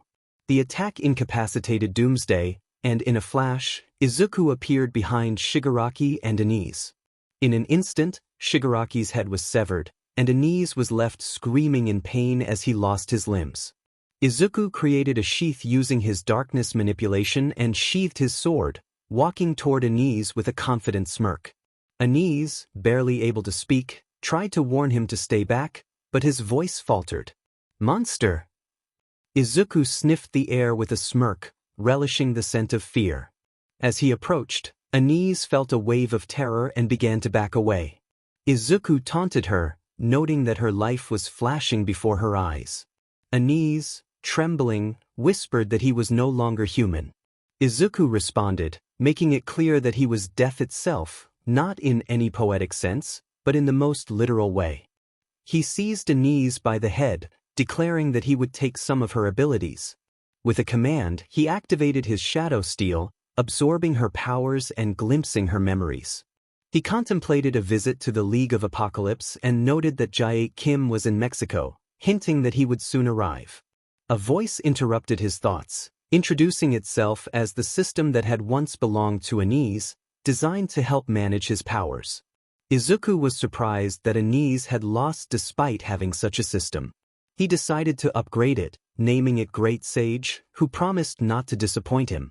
Curious about his new abilities, Izuku listened as Great Sage listed them: perfect copy, mastery over darkness and light, elemental manipulation, time manipulation, weapon creation, and more. With this newfound strength, Izuku felt like the strongest person in the world. Turning around, he noticed the shocked expressions on the faces of those around him. Batman acknowledged Izuku's strength, while Superman remarked on how easily he had defeated Doomsday. Izuku shrugged it off, claiming he was simply built differently. He then inquired if it was possible to revive Doomsday as one of his soldiers. Great Sage confirmed that it could be done using darkness extraction. Izuku approached Doomsday's body, calling for him to return to life. A shadow emerged, surprising everyone and causing Izuku to grin. Great Sage explained that Doomsday had evolved. A voice from the shadow requested a name, and Izuku, after a moment of thought, named him Titan. Titan expressed gratitude and pledged his loyalty to Izuku. Satisfied, Izuku called back his shadows, feeling accomplished. As he prepared to leave, Mikima called out to him. He turned, acknowledging her beauty, which made her blush. She thanked him for saving their lives, and he casually mentioned that he helped because he saw a beautiful girl in trouble. He suggested they hang out sometime, to which Mikima happily agreed. Before he departed, Mikima asked for his number, and he gladly provided it.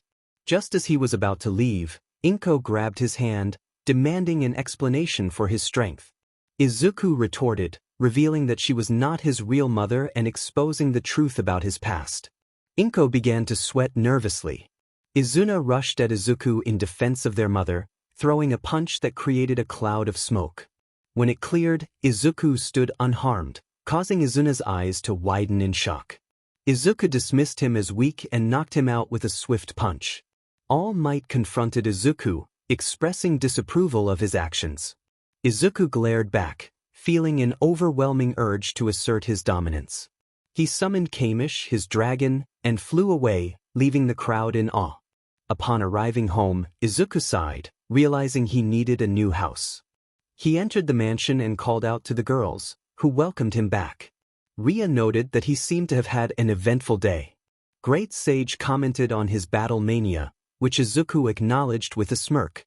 After a refreshing shower, he enjoyed dinner with his girls. Later, on his balcony, he reflected on his growth and sensed powerful beings from other worlds, eager for a challenge. In a different universe, Izuku, the god-chosen emperor, sensed a presence stronger than Tri-Heeks and realized it was another version of himself. He invited this counterpart to join him for some excitement. Meanwhile, Izuku Kajinu, the strongest version of himself, also felt the powerful presence and smirked, eager to entertain this other version. Back in his own world, Izuku grinned, anticipating the fun that lay ahead. To be continued. The narrator began the story a week later, focusing on Izuku as he woke up in his room. He noted that Elena and Ria were currently in Korea visiting Elena's parents, leaving him alone in the vast mansion. Deciding to start his day, he planned to work out before taking a shower. After donning his workout shorts, he headed to the gym, determined to begin his routine. After 3 hours of intense exercise, Izuku felt refreshed and took a shower. As he emerged, he conversed with Great Sage, who informed him that his abilities, perfect copy and adaptability, could evolve. Intrigued, Izuku agreed to the changes. Great Sage announced that perfect copy had evolved into true copy, and adaptability had transformed into neo-metavision. Excited about the potential of his new abilities, Izuku dressed in stylish attire and made his way to the kitchen for breakfast. Once he finished eating, he headed to the garage, contemplating which of his impressive cars to take out for the day. After a moment of consideration, he chose one of his new vehicles, a testament to his wealth. As he drove through traffic, he reflected on his decision to take the car instead of teleporting, deciding to enjoy the ride. While waiting in traffic, he received a call from Mikima, which brought a smile to his face. After a brief conversation, he expressed his desire to consider their outing a date, causing Mikima to blush. They arranged for him to pick her up at the association building. Afterward, he informed Ria and Elena about his plans, and they happily agreed to Mikima becoming part of their family. A month passed, and Izuku had officially made Mikima his third wife. She moved in with him and quickly formed a bond with Elena and Ria, who became like sisters. This development brought Izuku immense joy. One day, after a refreshing nap, he noticed his wives sleeping peacefully beside him. He admired their cuteness and decided to wake them up gently before preparing breakfast. After sharing a meal together, he hit the gym for another workout session. Once he was ready, he informed the girls that he needed to take care of some matters. Elena reminded him to return soon, while Ria requested cotton candy. Mikima wished him safety, and he kissed them goodbye before heading to the garage. Choosing his bike for the day, he rode off to one of the Yamazaki bases. Meanwhile, the girls enjoyed a relaxing time watching TV. Elena asked Mikima about her work schedule, and upon learning that she was free, they excitedly planned a girls' night out. Suddenly, a dangerous aura filled the room as a man teleported inside. He introduced himself as Marcus, Mikima's father, known as the strongest devil in Gremory and China. His presence immediately raised tension, and he expressed disapproval of Mikima's marriage to Izuku, whom he deemed a weakling. Elena and Ria defended Izuku fiercely, asserting their confidence in his strength. Marcus insisted he only wanted what was best for his daughter, but his words only fueled the girls' determination to protect their family. As the confrontation escalated, Igris emerged from the shadows, sensing the danger.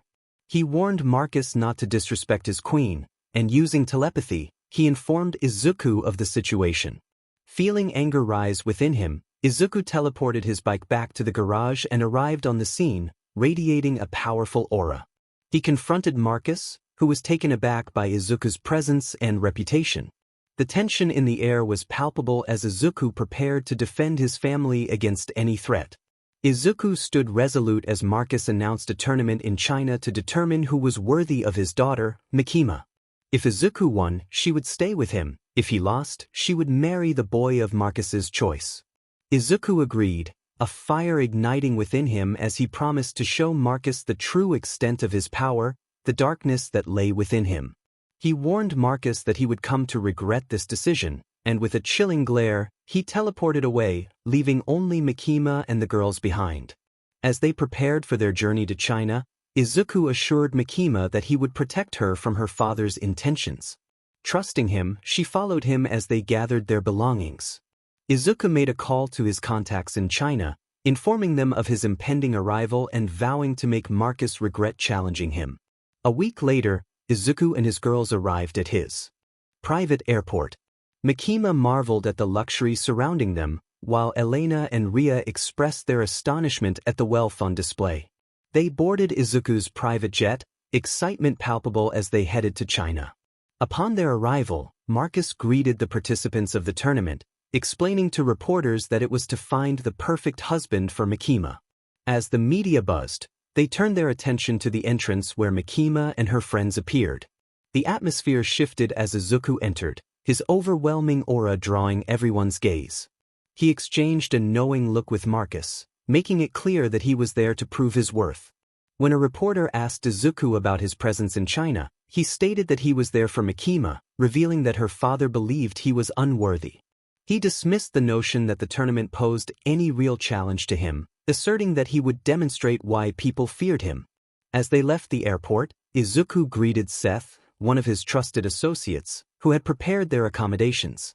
The girls were left speechless at the sight of the luxurious mansion that awaited them.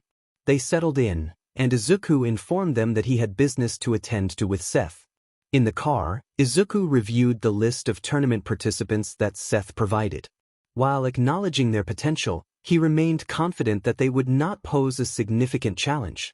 Seth updated him on the progress of the Yamazaki household in China, noting the successful expansion of their influence. Arriving at one of the Yamazaki bases, Izuku was impressed by the upgrades made under Seth's management. As he entered, his presence commanded respect, and his men welcomed him with enthusiasm. Izuku felt a sense of pride in the progress they had made, knowing that they were ready for the challenges ahead. To be continued. The scene unfolds the next day as Izuku prepares for the tournament, surrounded by his friends in the waiting room. Elena expresses confidence in Izuku's abilities, stating that it will be an easy win for him. Ria encourages him to show his opponents who is in charge, while Mikima reassures him of their support. Izuku smiles at his friends, feeling motivated by their faith in him, and confidently declares that he will win because he is the strongest. As Izuku heads to the arena, the girls make their way to the stands, where Mikima's mother, Mia, greets them. She invites Mikima and her friends to sit with her to watch the tournament. They share a moment, with Mia expressing her regret about Mikima's father and her pride in her daughter's growth. Mikima reassures her mother that she believes in Izuku and trusts him completely, knowing he will emerge victorious.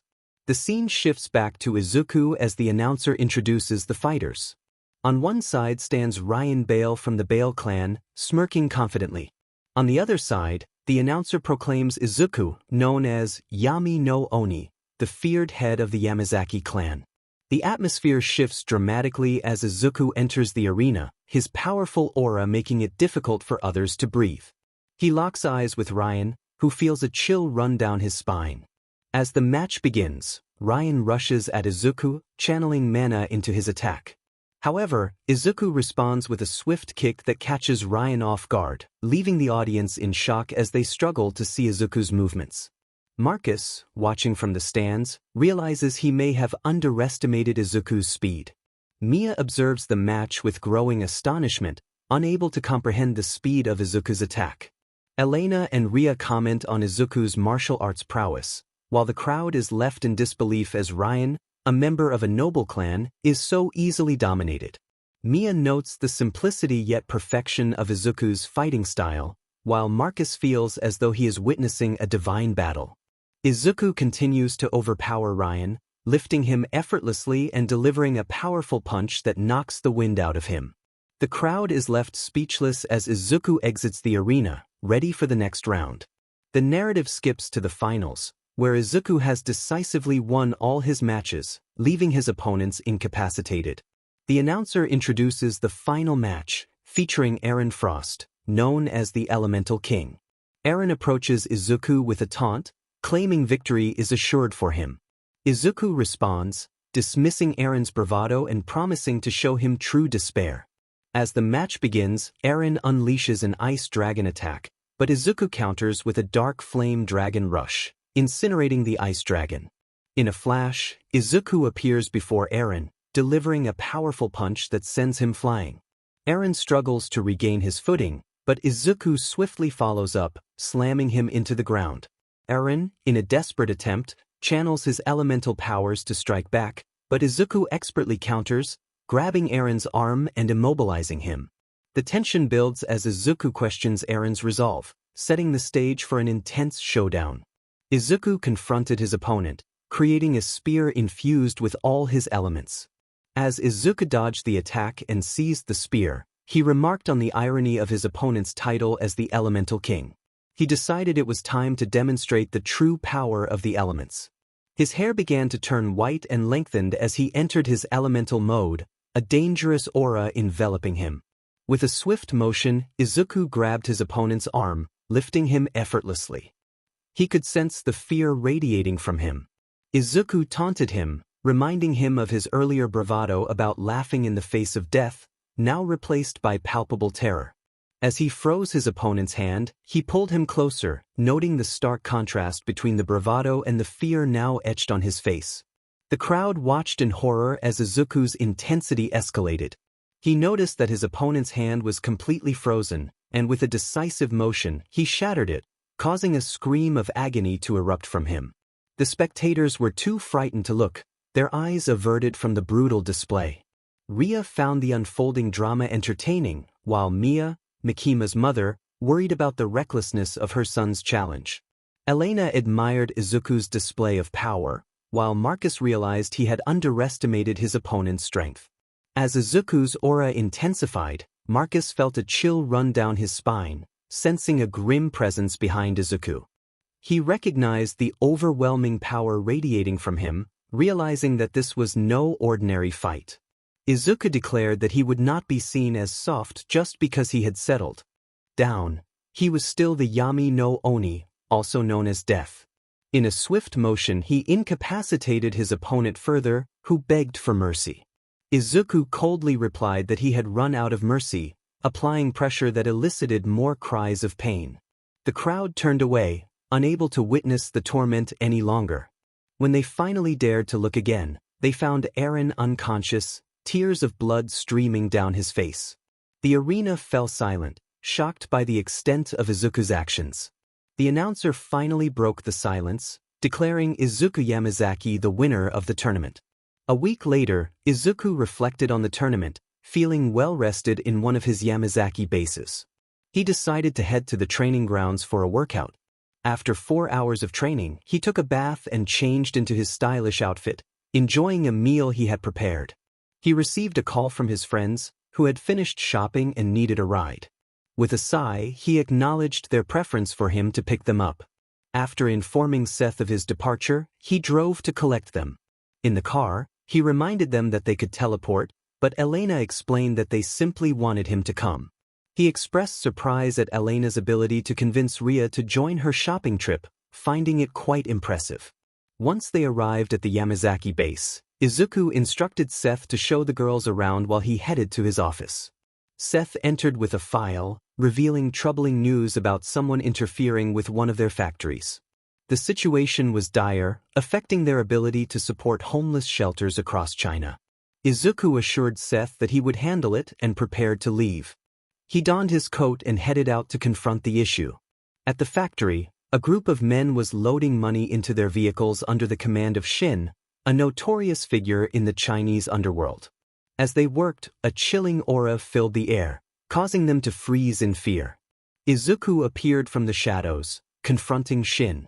The tension was palpable as Izuku questioned his audacity to raid his factory, making it clear that he would not let this go unnoticed. Izuku stood with a cigarette in hand, exuding an intimidating presence. He looked at one of his men, who appeared frightened, and instructed him to hold his coat. The atmosphere shifted as Izuku declared it was time to begin the confrontation, warning that none of his opponents would escape. Shin, sensing the tension, ordered his men to attack Izuku. Despite their fear, they charged at him. With a swift motion, Izuku used Aikido to flip 4 of them into the air. As 2 more approached, he expertly blocked their strikes and countered, sending them flying away. One man attempted to strike from behind, landing a knee to Izuku's neck, while another delivered a knee to his front. They smirked, thinking they had the upper hand, but Izuku simply brushed off the pain, countering their attacks and sending them crashing to the ground. He taunted them, reminding them that he was just one man. With a sudden knee to one of the attackers' backs, he incapacitated him. As Izuku advanced toward Shin, the latter was visibly terrified by the aura radiating from him. More men rushed at Izuku, but with a powerful punch, he sent them all flying. After a brief but intense struggle, the ground was littered with defeated opponents, and Izuku approached Shin with a smirk. Standing before Shin, Izuku's dangerous glare sent chills down his spine. He contemplated what to do with him, knowing Shin stood no chance. Though Shin attempted to fight back, he was swiftly overpowered. Izuku acknowledged his strength and decided to make him one of his soldiers. He commanded Shin's body to rise, and it was enveloped in shadows, transforming into a new form.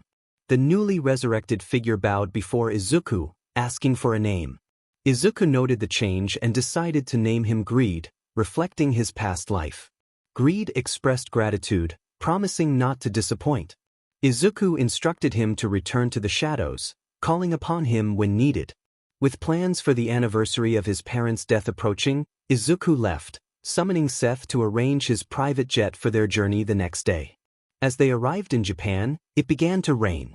Izuku emerged from the vehicle, dressed in black and holding an umbrella, with Ria sheltered under it. Elena and Mikima shared another umbrella as they made their way to the cemetery.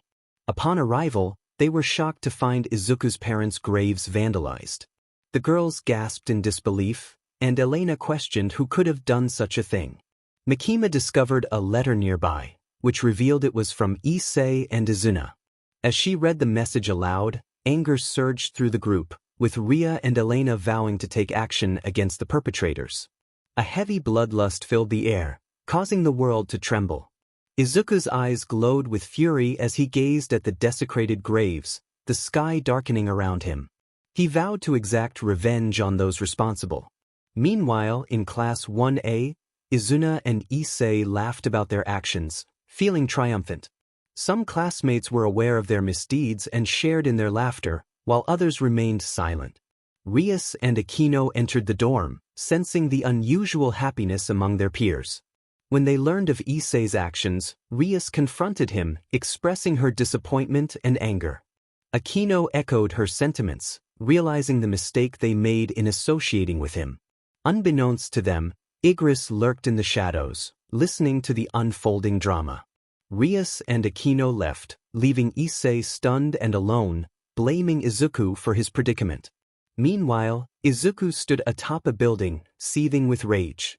Igris appeared beside him, having tracked Issei and Izuna's location. Izuku learned they were at UA and decided to confront them. When Igris expressed concern about potential interference from heroes, Izuku coldly stated that anyone who got in his way would face dire consequences. With that, he vanished into the shadows, ready to unleash his wrath. Now, we go to UA, where Rias and Aquino informed Principal Nizu and the heroes about the situation. They were shocked and frightened, knowing who Izuku was and what he was capable of. Nizu expressed his concern, realizing the gravity of the situation. He acknowledged that Izuku was likely heading to the school. Midnight urged Nizu to devise a plan to stop him, but Nizu admitted that Izuku was too powerful for any hero to handle, and they were unsure of All Might's whereabouts. Inko mentioned that All Might was currently with David, who had found a way to heal his injury. Suddenly, news footage appeared, showing Izuku, visibly enraged. He issued a warning to the heroes, stating that if they did not assist Issei and Izuna, there would be dire consequences. Nizu quickly instructed Inko to retrieve Isuna and Issei, while he and the other heroes attempted to calm Izuku down. They could not afford to lose any more students, having already lost 2 of their best. Inko rushed to the dorms, while the heroes prepared to confront Izuku. Meanwhile, at the girls' dormitory, Elena remarked on Izuku's anger, and Rias expressed concern for the heroes. Mikima dismissed their worries, claiming she could replace them and did not care about their fate. Back at UA, Izuku arrived and confronted the heroes, his white pupils glowing dark purple. Nizu attempted to reason with him, urging him to calm down and resolve the situation peacefully. However, Izuku remained silent, his anger palpable. He commanded the heroes to move aside and unleashed his darkness authority, lifting 2 heroes and slamming them together. Pro-hero Crust rushed to attack Izuku, but Izuku swiftly grabbed his arm and broke it, eliciting a scream of pain. He then slammed Crust to the ground, stepping on his head with a force that shocked the other heroes. As Izuku eliminated the first pro-hero, he coldly declared his victory. A wave of bloodlust radiated from Izuku, instilling fear throughout Japan, except for his wives, who were protected by a barrier around their mansion. Despite their terror, other pro-heroes charged at Izuku, but he wasted no time, using his darkness authority to incapacitate them. He taunted them, calling them better chickens, as they witnessed his ruthless determination. The remaining heroes were paralyzed with fear, realizing that Izuku was not joking when he warned that anyone who stood in his way would face dire consequences.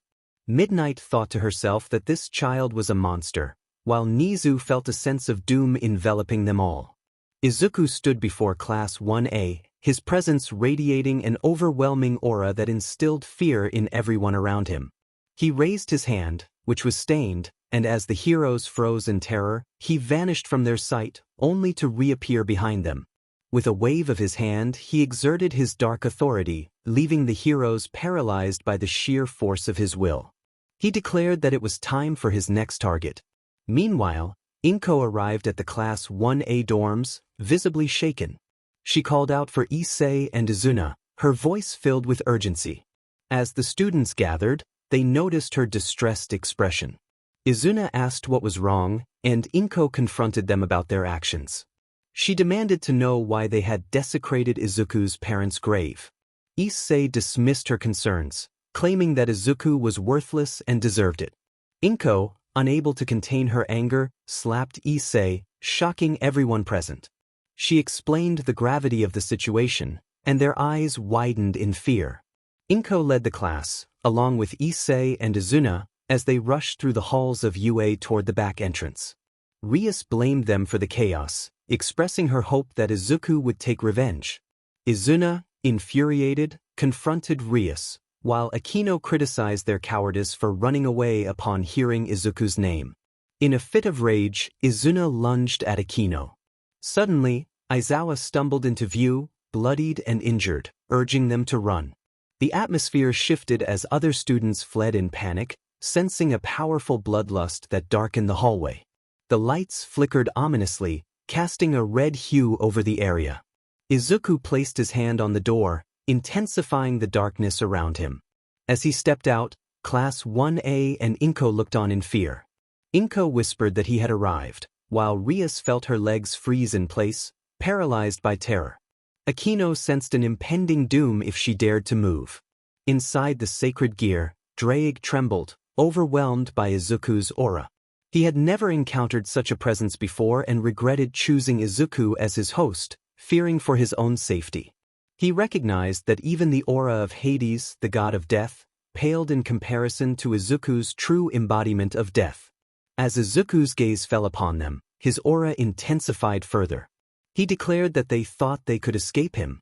Inko pleaded for reason, suggesting they could talk things through. But Izuku dismissed her words, stating it was time to show them why he was the strongest and why they should never cross paths with death. Inko continued to implore him to stop the madness, insisting they could resolve the situation peacefully. Izuku stood in a darkened space, his expression unreadable. He unleashed his darkness authority, causing Inko to cry out in distress. Izuku's voice was cold as he dismissed her pain, focusing instead on his siblings rushing to intervene. Izumi shouted for him to leave their mother alone, while Katsumi and Shoka echoed her sentiments, demanding he stop. Izuku turned his attention to them, raising his hand to activate his power once more. He threatened them, his tone laced with malice, and they felt the weight of his darkness pressing down on them. As Kirishima and Denki charged at him, determined to protect their friends, Izuku countered their efforts effortlessly, sending them crashing against the wall. He declared his intent to eliminate anyone who stood in his way, lifting Kirishima and Denki into the air with his authority. The atmosphere grew tense as he prepared to crush them, causing gasps of horror from those watching. As fear gripped the remaining classmates, Mina and Jair fell to the ground, overwhelmed by the sight of their friends in peril. Momo confronted Izuku, her voice trembling with anger, while Uraraka echoed her outrage. Izuku's gaze turned icy as he taunted them, relishing their fear. He pulled Uraraka closer with his power, her terrified expression only fueling his resolve. Just as Izumi pleaded with him to stop, Izuku made his decision, and the room fell silent. With a chilling finality, he dropped Uraraka's lifeless form, the reality of his actions settling heavily in the air. His blood-stained hands and fierce glare sent shivers down the spines of those who remained. He demanded to know who would be next, his eyes locking onto Izuna and Issei as they attempted to flee. With a flick of his power, he held them in place, questioning their escape. As he squeezed their bodies, their cries echoed in the air, and Izuku turned his attention to Rias and Akino, issuing a command for them to take the two away. Meanwhile, the scene shifted to All Might, who faced Izuku with a mix of anger and despair. Izuku smirked, reveling in the tension of the moment. All Might demanded to know why Izuku had committed such acts, insisting that the victims were innocent. Izuku dismissed his concerns, claiming they had brought it upon themselves. As the world watched, the stakes escalated. All Might offered Izuku a choice: surrender or face the consequences. Izuku's response was defiant, shocking everyone who witnessed the exchange. When All Might charged at him, Izuku dodged effortlessly, countering with a powerful blow that sent All Might reeling. The battle escalated as pro-heroes joined the fray, but Izuku summoned his own forces, overwhelming them with sheer numbers. He noted All Might's strength, but it was clear that he was holding back, allowing the chaos to unfold around them. As the fight raged on, Izuku's speed and power became evident, and he continued to taunt All Might, who was determined to avenge those lost. The clash between them was fierce, with each blow echoing the stakes of their confrontation. Izuku stood against a wall, challenging All Might. He expressed his disappointment, expecting more from his mentor in his prime form. All Might emerged from the rubble, enveloped in the aura of One for All, surprising Izuku with his transformation. As Izuku launched a punch, a massive shockwave erupted, sending him stumbling back. All Might then revealed a surprising ability, using telekinesis to pull Izuku closer. This power was a result of Izumi's quirk merging with One for All. Izuku, determined not to be caught, countered with his own ability, Darkness Authority, breaking free from All Might's grasp. He charged at All Might again, summoning his yang dagger to stab him where a previous wound had been. Izuku taunted All Might, questioning his strength and recalling the threats made against him. Angered, All Might retaliated with a powerful punch, but Izuku dodged and struck from behind, landing another blow. All Might attempted to counter with a backhand, but Izuku responded with a swift kick to the face, sending him flying. Izuku challenged All Might to show his true power, sensing he was holding back. He noted that even in his prime form, All Might struggled to land a hit. As All Might rose, wiping away blood, his aura shifted to a golden hue, prompting Izuku to raise an eyebrow in curiosity. All Might's muscles bulged, and his eyes glowed with determination, indicating a boost to his quirk. Despite the enhancement, Izuku remained unfazed, confident that All Might could not defeat him before the boost expired. The two clashed at incredible speeds, each testing the other's limits. Izuku noted All Might's determination to end the fight quickly, while All Might focused on his goal of defeating Izuku before time ran out. As the battle intensified, Izuku executed a powerful knee strike to All Might's chest, following up with a combo he had saved for a special occasion. All Might coughed blood as Izuku slammed him to the ground. In retaliation, All Might grabbed Izuku's leg, attempting to throw him down, but Izuku countered with a swift kick to All Might's face. All Might unleashed a powerful punch, but Izuku managed to evade it, landing on a wall like a spider. He acknowledged All Might's strength but sensed he was preparing for a final attack. All Might charged up One for All to its maximum, releasing a tremendous amount of energy. As he launched his ultimate move, a massive explosion ensued. When the dust settled, Izuku stood unharmed on the roof, mocking All Might's failed attempt. All Might, frustrated, charged at Izuku again, but Izuku swiftly intercepted him, landing a decisive kick to his head. All Might crashed down but quickly recovered, trying to strike again. Izuku countered, breaking All Might's arm with a punch infused with Darkness Authority. As All Might emerged from the smoke, he attempted another punch, but Izuku dodged and countered with a knee to the face, breaking All Might's nose. He followed up with a powerful punch to the stomach, causing All Might to cough up blood. Izuku smirked, delivering another punch even harder than before, feeling the impact resonate through All Might's body.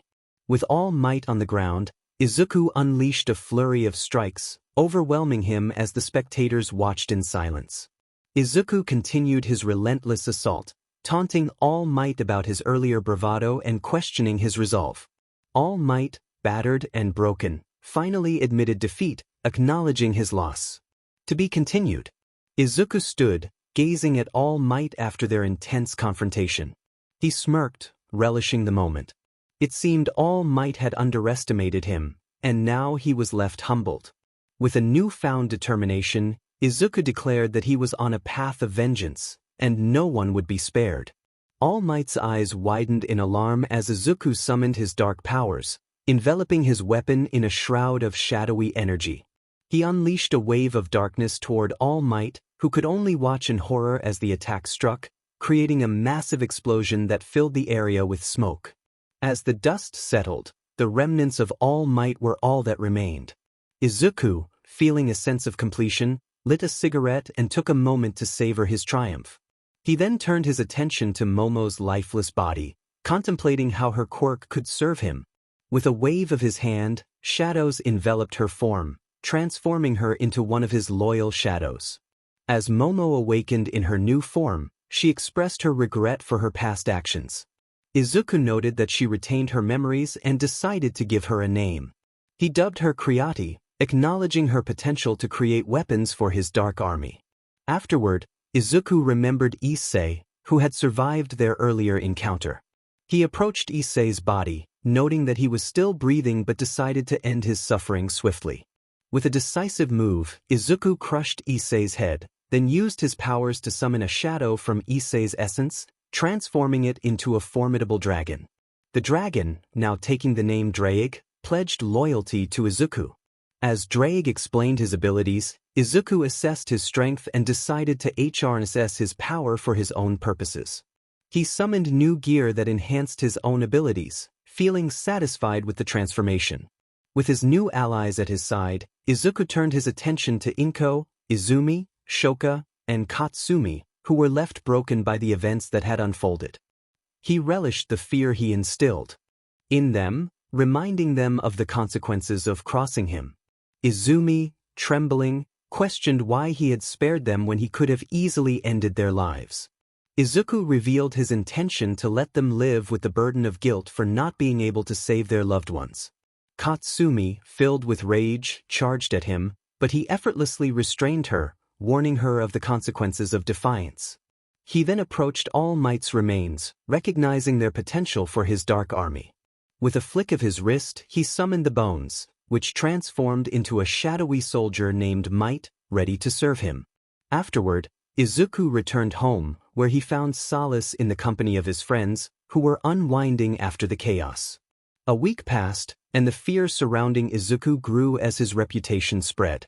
He was now known as the Shadow Demon, and no one dared to challenge him. In the present moment, Izuku was focused on his training, pushing himself to new limits. As he finished his set, Elena handed him a water bottle, and he took a moment to catch his breath. He inquired about Mikima, who was busy dealing with the aftermath of his actions. Izuku planned to visit his parents' grave later and invited Elena to join him. She happily accepted, expressing her love for the idea. As they prepared to leave, Elena handed him a towel to wipe his face after a long day. Izuku decided to take a quick shower and change, and Elena chose to accompany him. They shared a light moment together before getting dressed. Once ready, Izuku admired his outfit, feeling confident. Elena complimented him, and he returned the sentiment, appreciating her beauty. They headed to Izuku's car and drove to the cemetery. Upon arrival, they stepped out and made their way inside. Izuku mentioned that after visiting the grave, they would pick up Rias and Akino. Elena reminded him that tomorrow was his birthday, and they planned to throw a big party for him. As they approached his parents' grave, they were surprised to see it had been taken care of. Rias and Akino stood nearby, and Izuku called out to them, curious about their presence. The sight startled both him and Elena. Izuku questioned Rias and Akino about why they were there, noticing their bruised hands. Elena pointed out their injuries, prompting Izuku to ask them to show their hands. After some hesitation, they revealed their wounds, and Izuku was taken aback by their condition. He used his dark element to heal their arms and then inquired if they were responsible for fixing his parents' grave. They nodded slowly. Elena asked why they had done it, recalling their past actions of cheating on Izuku and belittling him. Izuku urged her to remain calm, suggesting they discuss it later when everyone was present. He wanted to understand their motives for fixing the grave, especially considering their past betrayal. They returned to Izuku's mansion, where the other girls gathered in the living room. Izuku faced Rias and Akino, demanding to know their reasons for their actions. Both girls began to cry as they spoke sincerely about their regret. Rias admitted they had hurt him and betrayed his trust, while Akino expressed her sorrow for their past mistakes. They explained that fixing the grave was their way of showing they had changed and recognized their wrongdoings. Izuku listened intently, feeling a mix of emotions. He sensed their honesty and communicated telepathically with his other partners, seeking their opinions on the matter. They encouraged him to make his own decision, assuring him of their support. After a moment of contemplation, Izuku decided to forgive Rias and Akino, acknowledging their remorse. The girls embraced him, crying on his shoulder for a while. Once they composed themselves, Izuku introduced himself again, hoping for a fresh start. They smiled and introduced themselves in return, sharing a moment of newfound friendship. As they prepared to leave, Izuku offered to drop Rias and Akino home. They accepted, and he drove them back to the Gremory estate. On his way home, he suddenly had to brake as a little girl ran in front of his car. He approached the little girl, checking on her well-being. He gently asked if she was okay, but she remained silent. He reassured her that he meant no harm and inquired about her name.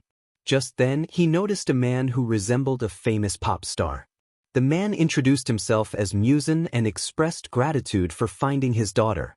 The boy thought to himself that this was the last person he wanted to encounter. He observed the girl, Nezuko, trembling as she clung tightly to him. Noticing the bandages on her, he glared at Muzan and demanded to know why she was hurt. Muzan explained that she had fallen and needed bandaging. The boy, using his darkness element, created earplugs for Nezuko and gently touched her forehead, causing her to fall asleep. He then questioned the great sage about Muzan's identity, learning that he was the father of a foe he had previously defeated. Realizing that Muzan had been experimenting on Nezuko, the boy's anger surged. He confronted Muzan, stating that he disliked being lied to and demanded the truth about Nezuko's parentage.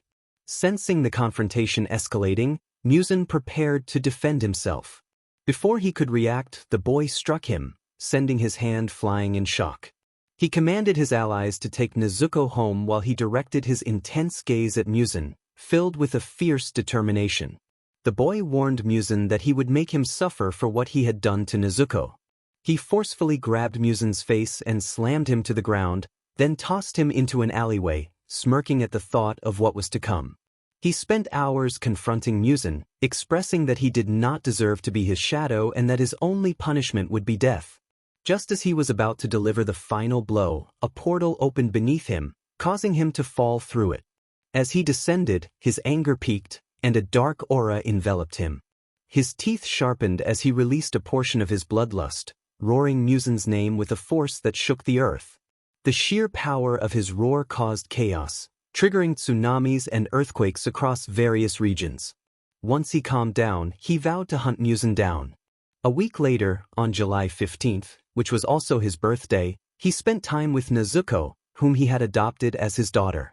He showered her with love, bringing her joy and a sense of family. He had also helped her learn to speak and spoiled her with affection.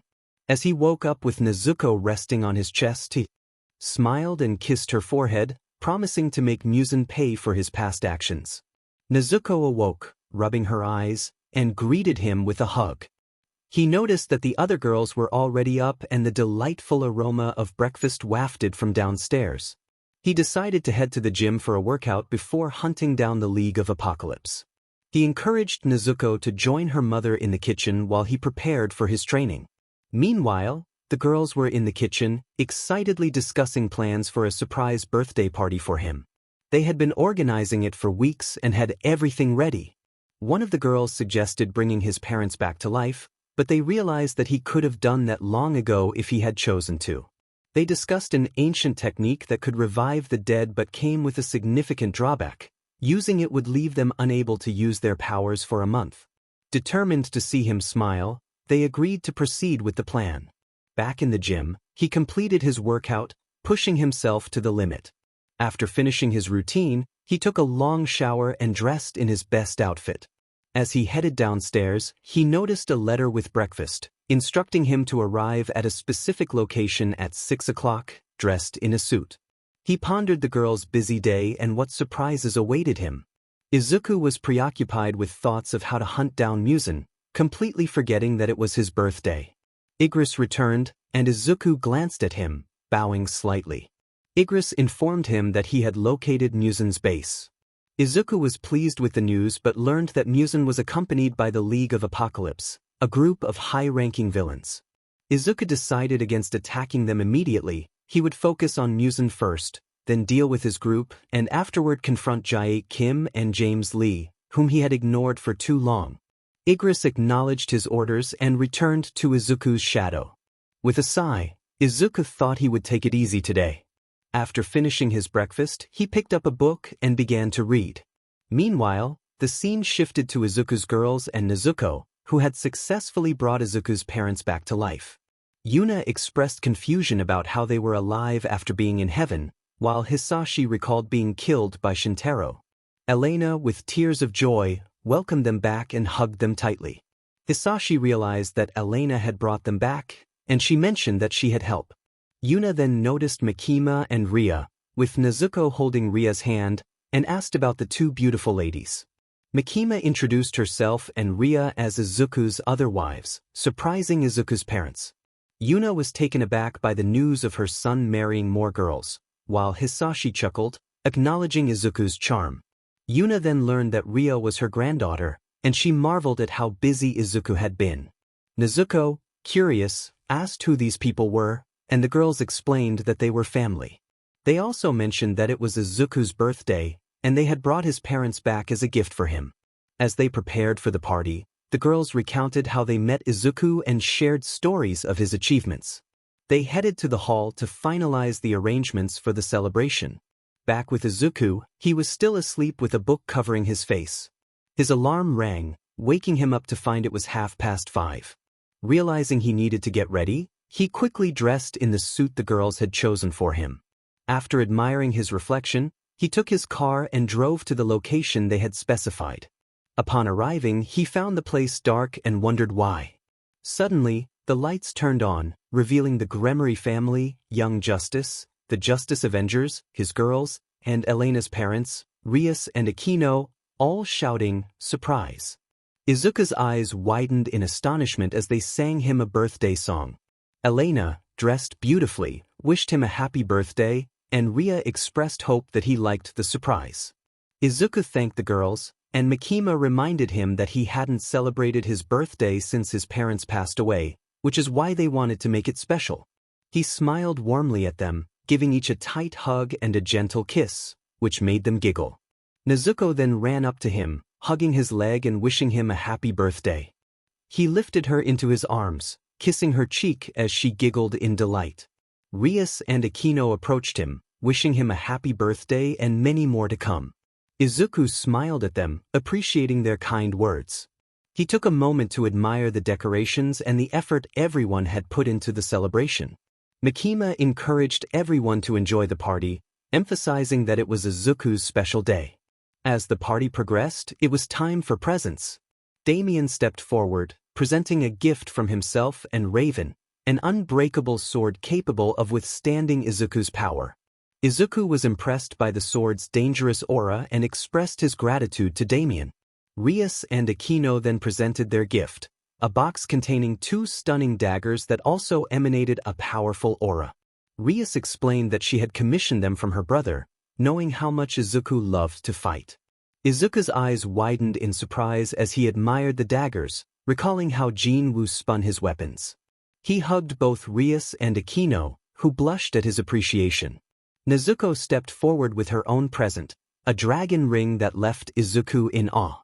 He kissed her cheek, thanking her for the beautiful gift. In return, he created a necklace from his darkness element and placed it around her neck, making her smile brightly. Finally, Izuku's girls gathered to present their gift, and he eagerly anticipated what it could be. They pointed to the stairs, and as 2 figures descended, Izuku's eyes widened in disbelief, feeling as if he were dreaming. Izuku found himself overwhelmed with emotions for the first time. As tears welled in his eyes, he stepped out of his transformation, unable to contain his feelings. He looked at his parents, disbelief etched on his face. He whispered their names, longing evident in his voice. His mother, Yuna, smiled warmly and embraced him, gently patting his head. She remarked on how much he had grown, both taller and more handsome. Overcome with joy, Izuku hugged her tightly, tears streaming down his cheeks as he expressed how much he missed her. Yuna returned the sentiment, her smile radiant as she acknowledged how much he had matured. Breaking the hug, Izuku turned to his father, Hisashi, who welcomed him with a big hug of his own. Hisashi expressed pride in Izuku's achievements over the years, having heard about them from his daughter-in-law. Izuku felt a swell of happiness at his father's words, grateful to carry the Yamazaki name. Hisashi affectionately ruffled Izuku's hair, and they continued to celebrate together, the atmosphere filled with warmth and joy. Later, on the balcony of his mansion, Izuku was joined by the girls after the party. Makima asked how he felt about their gift, and Elena inquired if he liked it. Izuku enthusiastically replied that it was the best gift he had ever received, pulling them into a heartfelt embrace. He then suggested they have some fun now that the party was over, and the girls exchanged smirks as they headed to their room with him. In a playful moment, Izuku tossed all three of them onto the bed, a mischievous grin on his face. He removed his shirt, revealing his well-defined physique, and the girls' eyes sparkled with admiration. He teased them about the fun they were about to have, and they eagerly agreed, excitement filling the air. The next morning, Izuku awoke, reflecting on the previous night with a mix of amusement and disbelief at the energy they had shared. He noticed Elena sleeping peacefully against his chest while Makima and Ria cuddled his arm. A smile spread across his face as he kissed their foreheads gently, waking them with soft nudges. They greeted him with sleepy affection, and after a few tender moments, he announced he was heading to the shower. Elena playfully asked him to heal them, as they complained about their sore legs. Izuku chuckled, reminding them that they had been the ones who wanted to have fun. The girls blushed at his teasing, and he healed them with a wave of his hand. After a workout session with his father, Hisashi expressed pride in Izuku's strength. Their conversation turned serious when Hisashi inquired about Izuku's uncle, Shintaro. Izuku's demeanor shifted as he revealed that he had killed Shintaro, a coldness in his eyes that surprised Hisashi. He noted that Izuku had become ruthless, reminiscent of himself in his prime. Izuku shared that he had seen regret in Shintaro's eyes before the end, and Hisashi pondered whether bringing him back to life would be appropriate. Izuku decided against it, knowing his uncle was at peace with his family. Their conversation shifted to the remaining threats, with Izuku mentioning that Jayate and James Lee were still at large but would soon face him. Hisashi trusted Izuku to handle it, urging him to stay safe. After showering and dressing in his favorite black attire, Izuku joined his parents for breakfast. Yuna commented on his choice of color, and he explained that his girls had helped him pick out his clothes. The atmosphere was filled with familial warmth as they enjoyed their meal together. Izuku felt a deep sense of commitment to protect his family, vowing to do whatever it took to keep their smiles bright. Just then he received a call requesting his presence at a meeting with the president and pro-heroes. Though he sighed at the interruption, he agreed and informed his family of his departure, ensuring they were safe with his shadow soldiers. As he and Makima headed to the car, she asked about the meeting. Izuku confirmed that the president wanted to discuss something important. Upon arriving at UA, he noted the repairs made since he had last been there. They entered the building hand in hand, ready to face whatever awaited them in the meeting room. Nizu assured Izuku that they wouldn't waste his time. Izuku acknowledged Nizu's presence with a smirk, questioning why the sports festival hadn't taken place that year. Enji, visibly angry, confronted Izuku, accusing him of being responsible for the deaths of Class 1A students, including his son. Izuku coldly responded that he hadn't killed Enji's son, who had fallen victim to villains during the USJ incident, and expressed a lack of remorse for the situation. Mirko expressed disbelief at Izuku's lack of regret, while MT Lady highlighted the heartbreak of the parents affected by the tragedy. Snipe mentioned how many had lost faith in heroes due to Izuku's actions, with some parents even withdrawing their children from UA. Izuku dismissed their concerns, stating that if they had called him to share this news, they were wasting his time. The president of Japan, PJ, explained that many heroes had quit after the events at UA and requested Izuku's help in taking down the League of Apocalypse. Izuku acknowledged that he was already hunting them down and revealed he knew their base's location. PJ offered Izuku full permission to eliminate anyone who stood in his way, to which Izuku replied that he intended to do so regardless. PJ felt a sense of dread, recognizing Izuku's overwhelming power. Meanwhile, Nezuko was at school, enjoying time with her friends. Elena had enrolled her there to help her socialize. As they arrived, they encountered Rias and Aquino, who were dropping off Surzek's son, Milikas. Elena felt relieved to see Nezuko and Milikas getting along, but their moment of peace was shattered when a barrier enveloped the school, causing panic. Muzan and his upper moons emerged from a portal, prompting fear in Nezuko. Elena, unable to use her curse energy, felt the weight of the situation. Muzan demanded the return of his experiment, and as the upper moons charged at Elena, Greed and Titan intervened to protect her. Rias and Aquino attempted to use their powers but found themselves unable to do so due to the barrier. Nezuko expressed her fear, and Elena reassured her that Izuku would come to their rescue. Just as Muzan prepared to attack, a powerful dragon crashed through the barrier, creating a cloud of smoke. It was Kamish, and Izuku appeared, assuring Elena and Nezuko that they were safe. Muzan was taken aback by Izuku's presence, and as Izuku noticed scratches on Elena and Nezuko, his demeanor shifted. He released an intense aura, darkening the atmosphere around them. Izuku instructed Igris to protect his family before turning his full attention to Muzan and his upper moons, his bloodlust palpable as he approached them. The scene shifted back to Izuku's earlier moments in the meeting room, where he had sensed a disturbance involving Elena and Nezuko. Realizing they were under attack, he unleashed his aura, overwhelming everyone present. He instructed Mikima to return home, revealing his anger over the threat to his loved ones. With determination, he leaped from the window, summoning Kamish and unleashing a roar that sent shockwaves throughout Japan. Izuku and Kamish raced toward Nezuko's school at full speed. Kamish acknowledged Izuku with a determined roar, propelling them forward. The scene resumed with Izuku glaring at Muzan and his upper moons, his anger palpable. He confronted them, expressing his fury over their actions that had frightened his princess and even harmed his wife. With a fierce intensity, Izuku pointed at them, his bloodlust rising and instilling fear in their hearts. He demanded to know how Muzan would like to meet his end. Muzan, overwhelmed by dread, could only perceive the looming threat of death. The memory of a powerful adversary from the past haunted him. Izuku's gaze shifted to the upper moons, his determination unwavering as he declared that they would all perish. In an instant, Izuku vanished, reappearing before Akaza and Doma. He seized their heads and forcefully smashed them into the ground, eliminating them in a swift motion that left the other upper moons in shock. Daki could hardly believe what she witnessed. Izuku proclaimed their demise, then summoned his darkness authority, lifting both Daki and her brother with ease. He noted their sibling bond and crushed them together, leaving the remaining moons in disbelief. As one of the upper moons prepared to unleash moon breathing, Izuku swiftly intercepted, overpowering him with raw strength.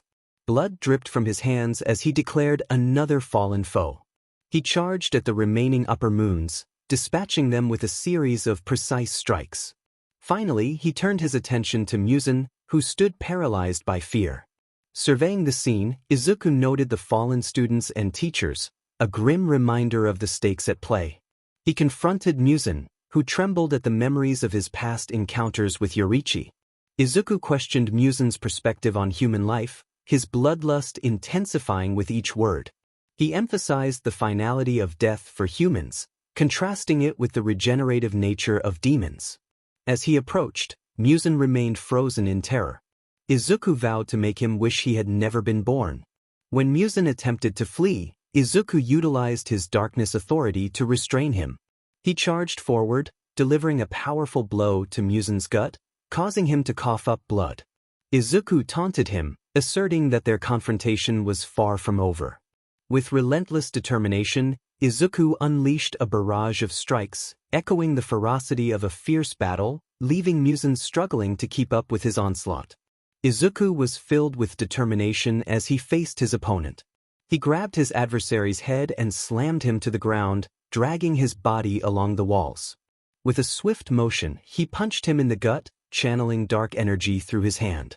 The force of the blow was immense, and the opponent cried out in pain. Izuku commanded Igris to incapacitate him further, and Igris emerged from the shadows, swiftly severing both hands and legs. With a nod, Igris tossed the defeated foe toward Izuku, who charged dark energy into his hand, preparing for his ultimate move. The impact of his punch sent the opponent crashing through the wall, flying out of the school. Izuku approached the wreckage, where the opponent lay in a weakened state, his regeneration faltering as he struggled to heal. Izuku declared that the torment was just beginning. For the next 3 hours, he subjected his opponent to relentless suffering, breaking bones and healing them repeatedly. The opponent, now begging for mercy, pleaded for an end to his agony.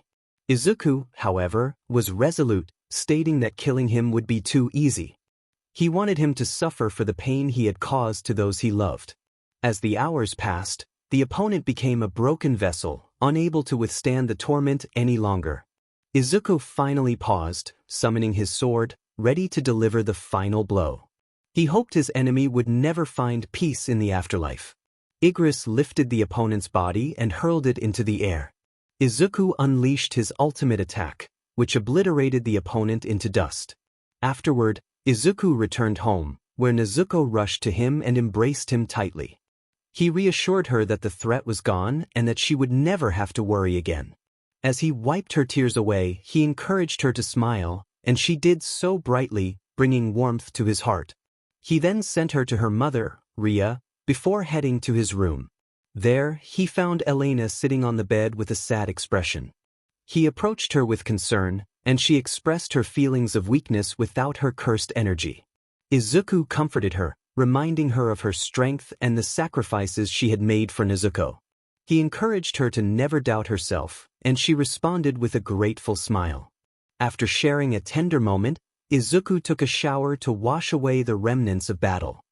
He joined his family for dinner, informing them that he had business to attend to but would return soon. The scene shifted to Izuku atop a building, rain pouring down around him as he surveyed the city at night. His pupils glowed purple as he focused on the League of Apocalypse's base. Igris returned from reconnaissance, informing Izuku of their plans to welcome Darkseid and Thanos to Earth in a few months. Izuku contemplated the impending arrival of these formidable foes, vowing to take action. He resolved to confront the League of Apocalypse first, followed by Darkseid and Thanos, determined to protect his home. He also had unfinished business with James Lee and Jae Kim. To be continued. I would like to meet this human, Darkseid. Here's a picture Lex sent me. He said we should be cautious when we face this human. Darkseid then shows the picture of Izuku, and they can sense his dangerous aura through it. Thanos asks for the name, and Darkseid replies that Lex said his name is Izuku Yamazaki. He mentioned that people fear him, referring to him as the Yami no Oni. Thanos remarks that they will see how strong he is when they arrive on Earth. Darkseid agrees. Meanwhile, Izuku is in his training room, having just completed an intense workout. He lies down, feeling refreshed. Rias walks in, blushing at the sight of him. Izuku notices her and smiles. Rias informs him that his mother asked her to call him for breakfast. Izuku stands, puts on his shirt, and nods at Rias. He leans in for a kiss, which she returns with a smile. Rias expresses her gratitude for giving her and Akino a second chance, even after everything that happened. Tears well up in her eyes, and Izuku wipes them away, assuring her that he sees the change in her and appreciates it. He tells her not to cry, as it would ruin her beautiful face. Rias hugs him, and he kisses her forehead. They head downstairs to have breakfast as a family. Afterward, Izuku takes a shower and gets ready to leave for America. He tells everyone he will be back in a few days. Nezuko asks him to bring back lots of gifts, and he smiles, ruffling her hair and promising to do so. He turns to his father, asking him to take care of the family. Hisashi assures him he will. Izuku then uses some of his shadows to protect his family before saying goodbye to his lovers. They all share a kiss, and he heads to his car, driving to his private airport where his jet awaits. In America, the Justice Avengers are at the airport, waiting for Izuku. Tony wonders what Izuku wants to discuss, while Bruce shares his curiosity about the news reports surrounding them. Steve notes that the presence of billionaires tends to attract attention. Many girls at the airport blush at Damien's handsome appearance. Natasha suggests they find out what Izuku has to say, and Clark agrees that it must be something serious. Suddenly, they hear a jet land, and everyone turns to see Izuku walking in, looking majestic and handsome as he carries his bag. He announces his arrival, and the girls blush at his appearance. Damien is the first to greet him with a hug, and Izuku returns it warmly, asking how his little brother has been. They share their usual handshake, and Izuku greets the rest of the group, noticing Supergirl and Wonder Woman blushing at his smile. He greets them warmly and they respond shyly. Izuku then acknowledges Superman, Batman, and Captain America, noting that it has been a while since they last met. Tony asks what brings him to America, and Bruce adds that he knows Izuku wouldn't come all this way for nothing. Izuku confirms he has something important to discuss. Steve suggests they head to HQ to talk, and Clark agrees. As they exit the airport, Izuku spots a limo waiting for him. He comments on the special treatment, and Tony confirms that he is a special guest. They all enter the limo, while the others decide to fly to the base. Upon arriving at the Justice Avengers Tower, they gather in a meeting room. Izuku walks in and announces that he wants to discuss the League of Apocalypse. Everyone's eyes widen in surprise, and Oliver asks if they are planning something. Izuku explains that he was planning to hunt them down but heard something more concerning. Natasha inquires about what he heard, and Izuku reveals that they are planning to welcome powerful beings to Earth. Barry asks who these beings are, and Izuku names Darkseid and Thanos. The room falls silent as the Justice Avengers process this shocking news. Izuku warns them that a war is imminent, as these beings are coming to seek revenge and destroy the planet. He then releases a bit of his aura, looking at the Justice Avengers with intensity, asking who Thanos and Darkseid are, unaware of their true nature. The Justice Avengers battled their foes in space, far from Earth, leaving Izuku unaware of those events since he had not been present. The Justice Avengers took the time to explain to Izuku who Thanos and Darkseid were, detailing their immense powers. Izuku learned that they were akin to gods, with one wielding an infinity gauntlet that granted control over space, time, and more. Izuku was known as a god, while the other was recognized as the conqueror of planets and destroyer of worlds, also a new god. Tony remarked that they had barely won the last time they fought them, as their opponents were incredibly strong. Bruce added that even Superman and Thor struggled against them. Izuku, grinning, caught Damien's attention, who smirked back. Damien noted that Izuku seemed eager to fight them, to which Izuku replied that he couldn't wait for the challenge and joked about gaining the title of God Killer soon. The others looked at Izuku in shock, surprised by his excitement rather than fear. Tony commented on Izuku's bravery, while Bruce expressed concern about whether Izuku could win against both opponents. Izuku reassured them, confident in his abilities. Natasha questioned whether those two were truly a joke, given their history of conquest and destruction. Izuku remained unfazed, asserting that his words were absolute. He then excused himself to his room, but Damien suggested they spar so he could demonstrate how strong he had become. Izuku smirked at his student, and they all headed to the training room, where the Justice Avengers watched through a screen. Oliver speculated on who would win, with Tony noting that Izuku had trained Damien, making it clear he believed Izuku would prevail. Bruce acknowledged that Damien would put up a good fight, while Steve expressed his desire to see Izuku's martial arts skills. Tony was surprised to learn that Steve had never seen Izuku in action. Natasha reminded them of Izuku's impressive fight with All Might, where he emerged unscathed. Clark added that All Might had stood no chance. Meanwhile, Young Justice was also present, with Dee commenting on the student versus master sparring match. Jason was eager to see how strong Damien had become, and Wally noted that Damien had kept up with his speed, something only Superman, Supergirl, and Flash could do. Artemis was curious to see Damien's growth, while Aqua looked forward to witnessing the Yami no Oni in action, having heard he was the strongest man in the world. Back with Izuku and Damien, they prepared to spar. Izuku took a deep breath, while Damien's eyes turned silver and Izuku's pupils glowed brighter. They rushed at each other with incredible speed. Izuku landed a punch on Damien's face, who retaliated in kind. Izuku noted that Damien had gotten stronger, while Damien acknowledged the weight behind Izuku's punches. The fight continued with a series of strikes and counters, showcasing their growing skills. As the sparring match progressed, Izuku felt proud of Damien's improvements. They exchanged blows, and Izuku held back, wanting to see how far Damien had come. The match was intense, and as it neared its conclusion, Izuku complimented Damien on his growth in hand-to-hand combat, though he still felt he was on another level. With a final move, Izuku struck Damien, who coughed but used his last bit of strength to kick Izuku against the wall, knocking him down. Despite the intensity, they focused solely on martial arts without using their powers. Izuku stood up, smirking with pride for his student, acknowledging that Damien had truly become his masterpiece. To be continued.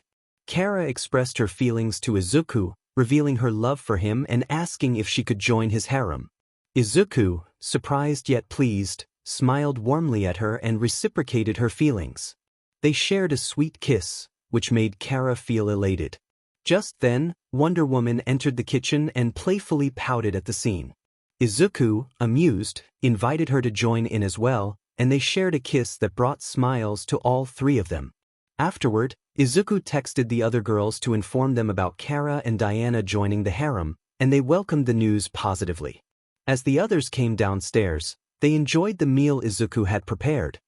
He then headed to his room to take a shower, with the girls following him. Afterward, he emerged dressed for the day and felt satisfied with his outfit. When he went downstairs, he found the other members relaxing.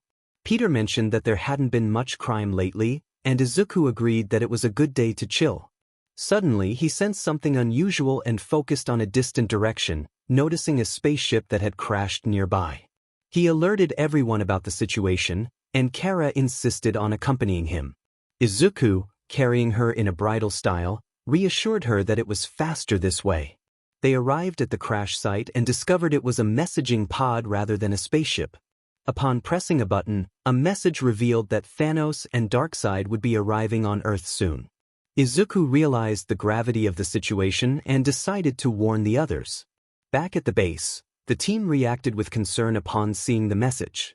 They discussed the potential threat, acknowledging that facing both villains together would be a significant challenge. Izuku, sitting quietly, suddenly emanated a powerful aura that caught everyone's attention. He declared that he was confident in their victory, vowing that they would not lose to these self-proclaimed gods. His determination inspired the team, and they felt a surge of motivation after his speech. Izuku urged everyone to train hard and prepare for the upcoming battle, instructing Tony and Bruce to upgrade their suits with the help of his shadow, Creati. Later, Izuku found himself in an ancient temple, reflecting on his growth and the need to understand his powers better. He entered a meditative state, seeking clarity about his abilities. As he focused, he felt a familiar presence and engaged in a spar with a mysterious figure, Shinji, who had once been a powerful entity. They exchanged powerful attacks, and Izuku expressed his desire to learn the truth about his powers. Shinji revealed his own past as a formidable being, hinting at the origins of Izuku's abilities and the potential that lay within him. Shinji decided to pass down his powers to a worthy family who would use them for good, as intended by his ancestor, Ryu Yamazaki, the first ever Yamazaki. He blessed the Yamazaki family with the reserve eyes known as Ultra Instinct and granted them power over darkness and the aura of death. Izuku realized that Shinji was the reason his family had possessed the reserve eyes for generations. Shinji had sealed himself in a sword while searching for someone worthy to wield his full power. Many had tried but failed, except for Izuku, who was born with a perfect body and half of Shinji's soul within him. Shinji had watched Izuku grow, admiring his determination to become the strongest and his commitment to protecting his family. Izuku was speechless, struggling to comprehend what he was hearing. Shinji extended his hand with a smile, acknowledging Izuku's achievements. He declared that Izuku had earned many titles, the Monarch of Darkness, the Yami no Oni, and more. Since Izuku understood the truth, he would take Shinji's place and become a true demon god, inheriting all of Shinji's powers and his full army. Shinji expressed his pride in Izuku. As Izuku grasped Shinji's hand, they merged, and in the real world, Izuku's aura transformed. His pupils glowed purple with newfound power. He thanked Shinji for everything and stood up, donning his shirt as a powerful and dark aura enveloped him. Izuku had awakened as the new demon god, the Monarch of Darkness, the god of light and darkness, the god of death, the king of elements, and the conqueror of reality. His height increased, and his physique became more muscular. His aura was darker and denser than before. Izuku walked outside the ancient Yamazaki temple, gazing at the sky, where a massive portal appeared, visible only to him. He wondered if this was the gift Shinji had spoken of. The portal opened, revealing a vast army emerging, causing Izuku's eyes to widen. The scene shifted to the Justice Avengers, who were ready after completing their training. They had grown significantly stronger over the past few months, thanks to Izuku's shadow soldiers. In space, Thanos and Darkseid's ships approached Earth. Thanos expressed his eagerness to claim his prize, while Darkseid anticipated conquering the planet and exacting revenge on the Justice League. As their ships landed, the League of Apocalypse awaited them, having gathered more villains for their cause.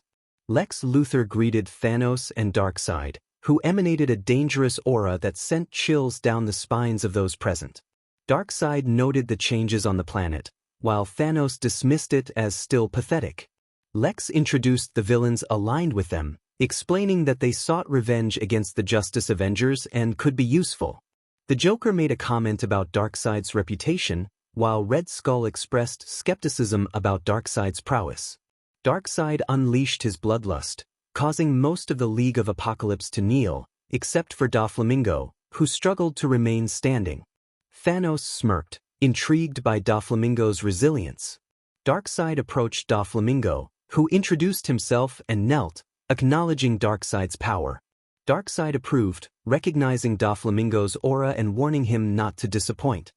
Thanos then turned his attention to All for One, expressing interest in him as well. With a snap of his fingers, Thanos summoned multiple ships, and Darkseid smirked as parademons and paradigms emerged.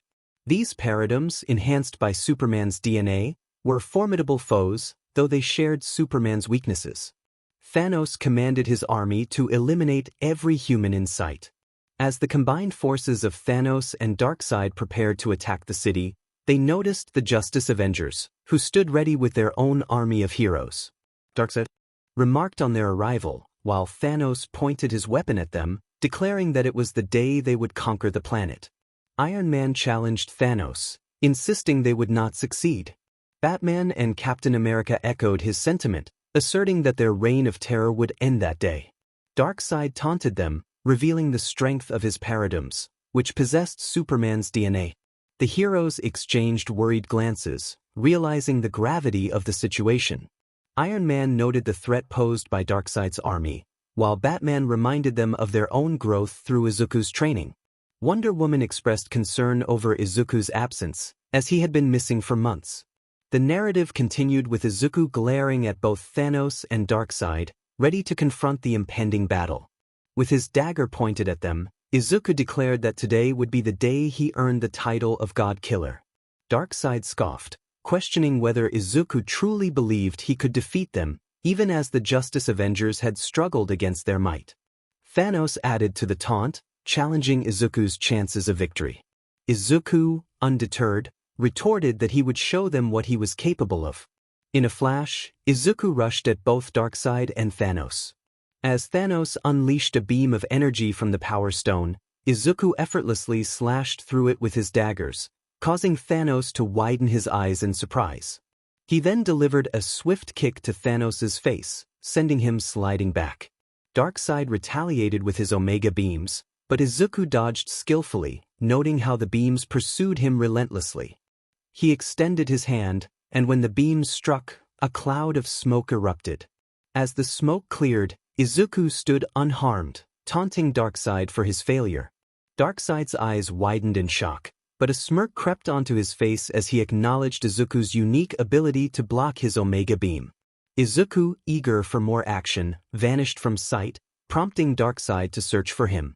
Suddenly, Izuku reappeared right in front of Darkseid, launching a powerful strike aimed at his face. Darkseid barely dodged, but Thanos was quick to move his weapon at Izuku. With agility, Izuku evaded the attack and created distance between them, charging dark energy through his sword.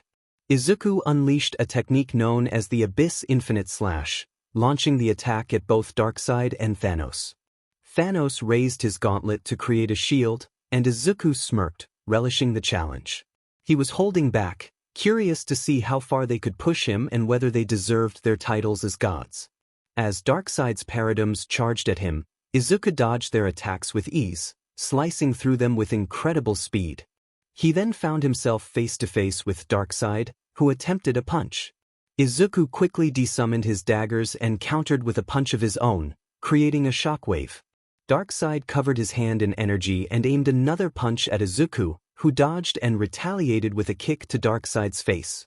Darkseid grabbed Izuku's leg and slammed him to the ground, but Izuku quickly backflipped, landing a kick that made Darkseid cough. Thanos, furious, swung his double-edged sword at Izuku from behind. With remarkable agility, Izuku dodged the attack and punched Darkseid in the stomach, causing him to cough again. Izuku taunted Darkseid, questioning why a god would bleed. In a fit of rage, Thanos shot a beam of energy at Izuku, who dodged and struck Thanos with incredible speed, landing a hit that sent him reeling. Izuku continued to mock them, enjoying the thrill of the battle. As Darkseid charged at him with a powerful punch, Izuku dodged and summoned his dagger, cutting off Darkseid's hand. Darkseid let out a roar of frustration, and Izuku seized the opportunity to punch him, sending him crashing into a building. Grinning with exhilaration, Izuku reveled in the satisfaction of battling two self-proclaimed gods. He charged at Thanos and Darkseid, eager for more. Meanwhile, the Justice Avengers and Izuku's family watched the fight unfold, astonished by his prowess. Tony remarked on how it seemed like Izuku was toying with them, while Bruce noted that it hardly resembled a fight. Diana commented that it looked more like a beatdown, and Hisashi sensed that Izuku was still holding back, wanting to see how far his opponents could push him. Back on the battlefield, Izuku called out to Darkseid and Thanos, demanding they get back up. As Paradigms and the League of Apocalypse rushed at him, Izuku expressed his annoyance at their interruption. With incredible speed, he summoned his sword, Snowflower, and unleashed a barrage of attacks, cutting through the Paradigms effortlessly. He then turned them into shadows to fight against Darkseid and Thanos' forces. More Paradigms charged at him, but Izuku sighed, taking a moment to breathe out cold air.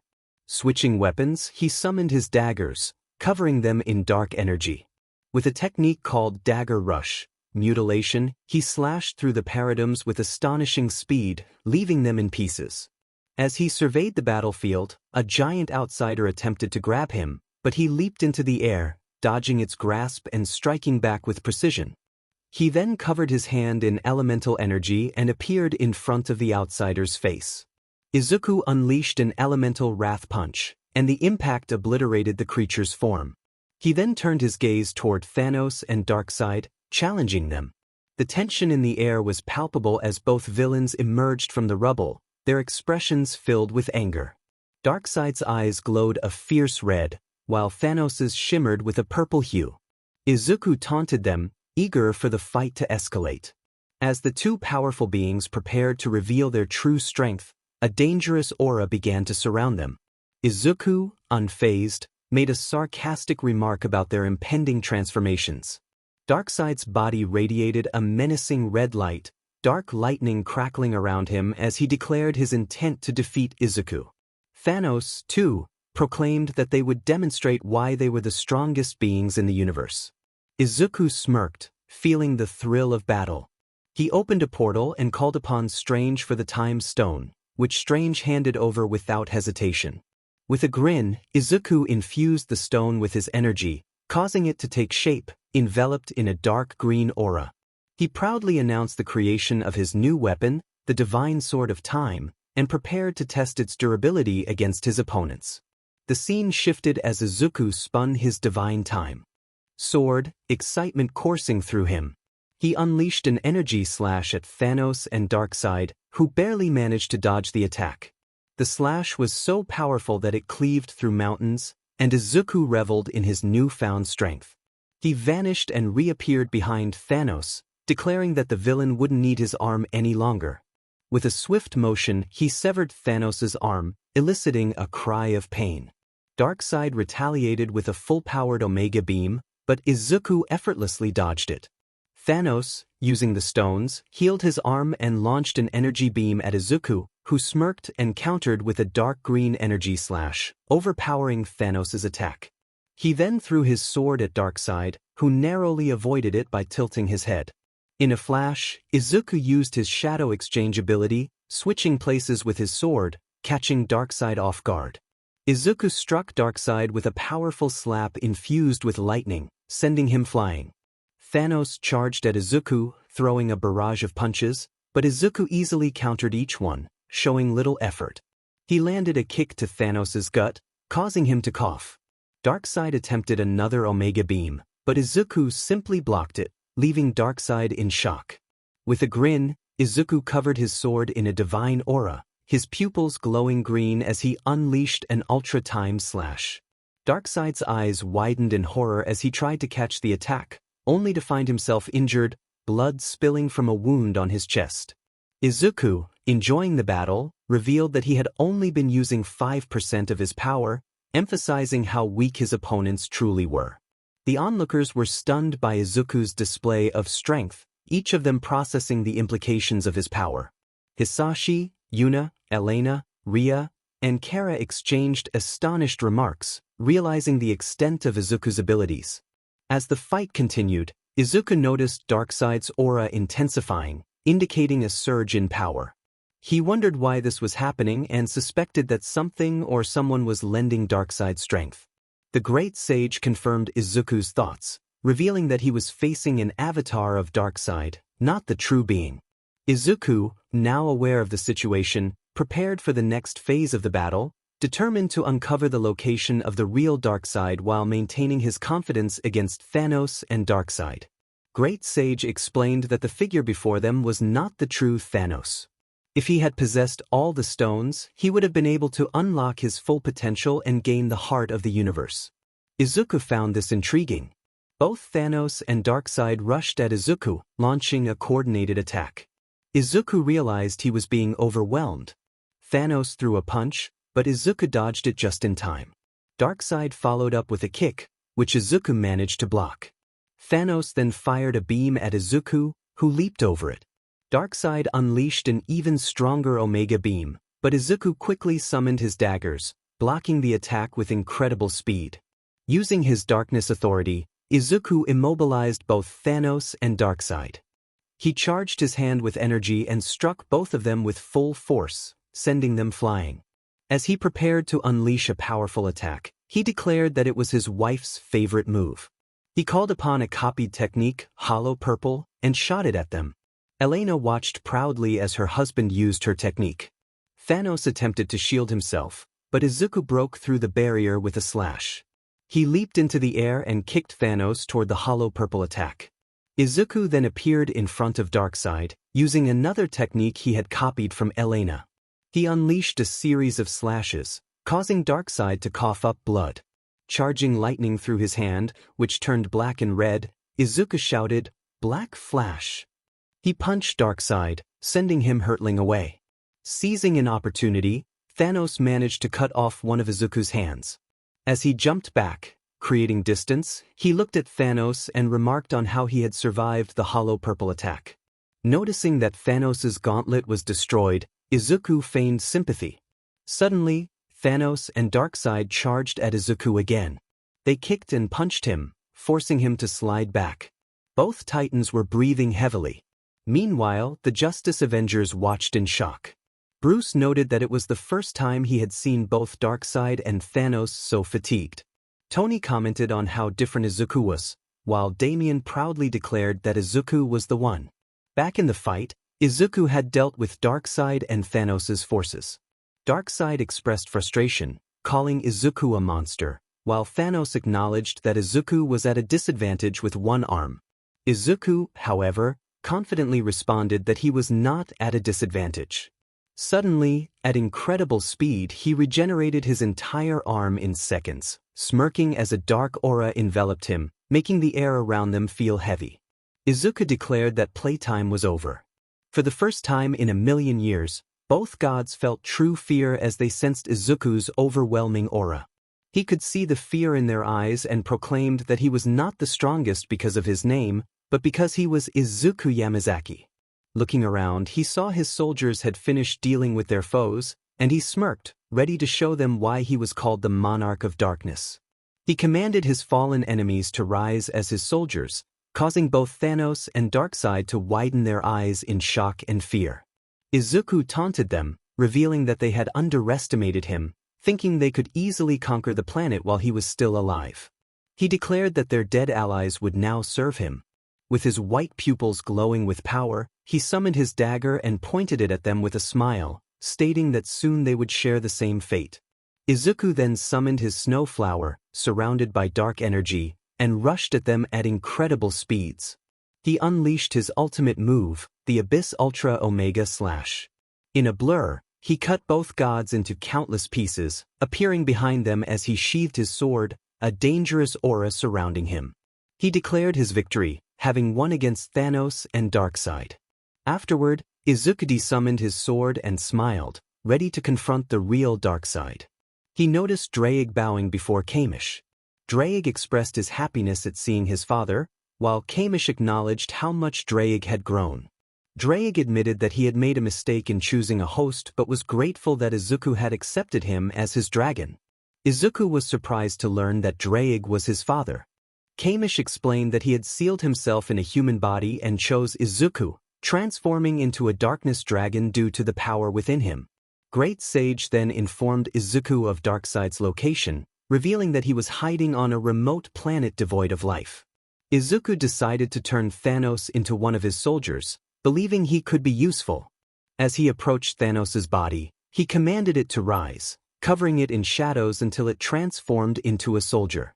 Thanos, now reborn with Izuku's powers, expressed his desire to serve. Izuku granted him the name Thanos, and the newly transformed soldier vowed not to disappoint. Izuku instructed him to return to his shadow, promising to call upon him when needed. Afterward, Izuku closed his eyes, exhaling cold air, and used telepathy to inform everyone that he would return shortly to deal with the real threat. Izuku soared through space at incredible speeds, arriving at the planet where Darkseid awaited him in his true form. Darkseid, with a sneer, acknowledged Izuku's arrival, but Izuku was quick to call him a coward for sending avatars to do his bidding. Darkseid dismissed him, asserting his superiority as a cosmic being that surpassed even the gods. Izuku, unfazed, declared it was time to show Darkseid who the real end was. As Izuku's body began to glow, enveloped in cosmic energy, Darkseid's eyes widened in shock. His instincts screamed for him to flee, but his pride held him in place. Izuku's form transformed, surrounded by a dark and powerful aura, which was a striking purple. He proclaimed that this was his full power and prepared for battle, taking a fighting stance as his aura intensified. The clash began, sending shockwaves through the universe. Darkseid was taken aback by Izuku's speed. Every blow he landed was met with an even faster counter. Izuku reveled in the challenge, feeling exhilarated. They exchanged blows, and Izuku landed a punch that sent Darkseid crashing into Mars. Without hesitation, Izuku charged at him, breaking sound barriers as he moved. Darkseid acknowledged the strength of Izuku's punches but sensed a shift as Izuku launched a flying kick. Darkseid attempted to block, but Izuku swiftly changed direction, kicking him again and sending him hurtling toward another planet. Izuku grinned, enjoying the fight.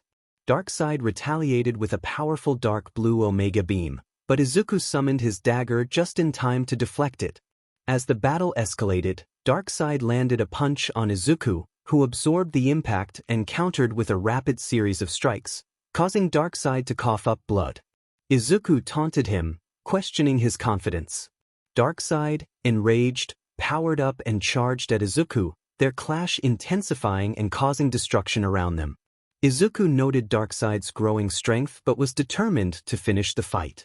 He punched Darkseid again, sending him crashing onto Neptune. Izuku landed and charged an attack, declaring his intent to end the battle. He unleashed the Cosmic Abyss Beam, but Darkseid countered, resulting in a powerful clash that cancelled each other out. With a smirk, Izuku decided to test a new technique, mixing darkness energy with cosmic energy. He unleashed a devastating punch that sent Darkseid crashing to the ground. Izuku followed up with his ultimate move, Darkness Overload, creating a massive tornado that engulfed Darkseid. He appeared above Darkseid, delivering a powerful slam that sent him crashing onto another planet. As Darkseid, fueled by rage, attacked with rapid punches, Izuku found himself on the defensive. Realizing it was time to end the fight, he declared his intent to finish Darkseid once and for all. With all his energy focused into one final attack, he unleashed the Abyss Cosmic Infinite Punch, striking Darkseid with everything he had. In the aftermath, Darkseid was left defeated, his form disintegrating into dust. Izuku, breathing heavily, transformed back to his normal state, relieved that the battle was over. Meanwhile, back on Earth, Izuku's wives expressed their concern for his safety. Rias worried about his well-being, while Akino shared her fears. Kara reassured them, confident that Izuku would return. Diana noted his determination not to lose, and Eliana expressed her faith in his promise to come back. As they spoke, a dark purple light suddenly crashed down from the sky, prompting everyone to jump back in surprise. As a massive crater formed, smoke enveloped the area. Once the smoke cleared, Izuku was revealed, shirtless and breathing heavily. He smiled at his family and loved ones. The girls rushed toward him, tackling him to the ground, their excitement palpable. Izuku reassured them, saying he was back. Mikima expressed her worry, and Izuku chuckled, kissing each of his girls and smiling lovingly at them, assuring them he was fine. His gaze shifted to Elena, who approached him with a smile. Izuku's eyes widened in surprise as he realized she was Prodigy, and Elena smiled back, tears of joy glistening in her eyes. The story continued with Izuku glaring at Jae Kim and James Lee, a dangerous aura surrounding him. He had been waiting for this moment his entire life. He challenged them, hinting at their impending doom. Izuku thought about how he could defeat them in one attack but decided to hold back, wanting to savor the moment. Before they could react, Izuku appeared in front of Jae, who was taken aback. Izuku threw a punch, which Jae managed to block, but the force sent him flying. James attempted to kick Izuku with incredible speed, but Izuku dodged, leaving James in shock.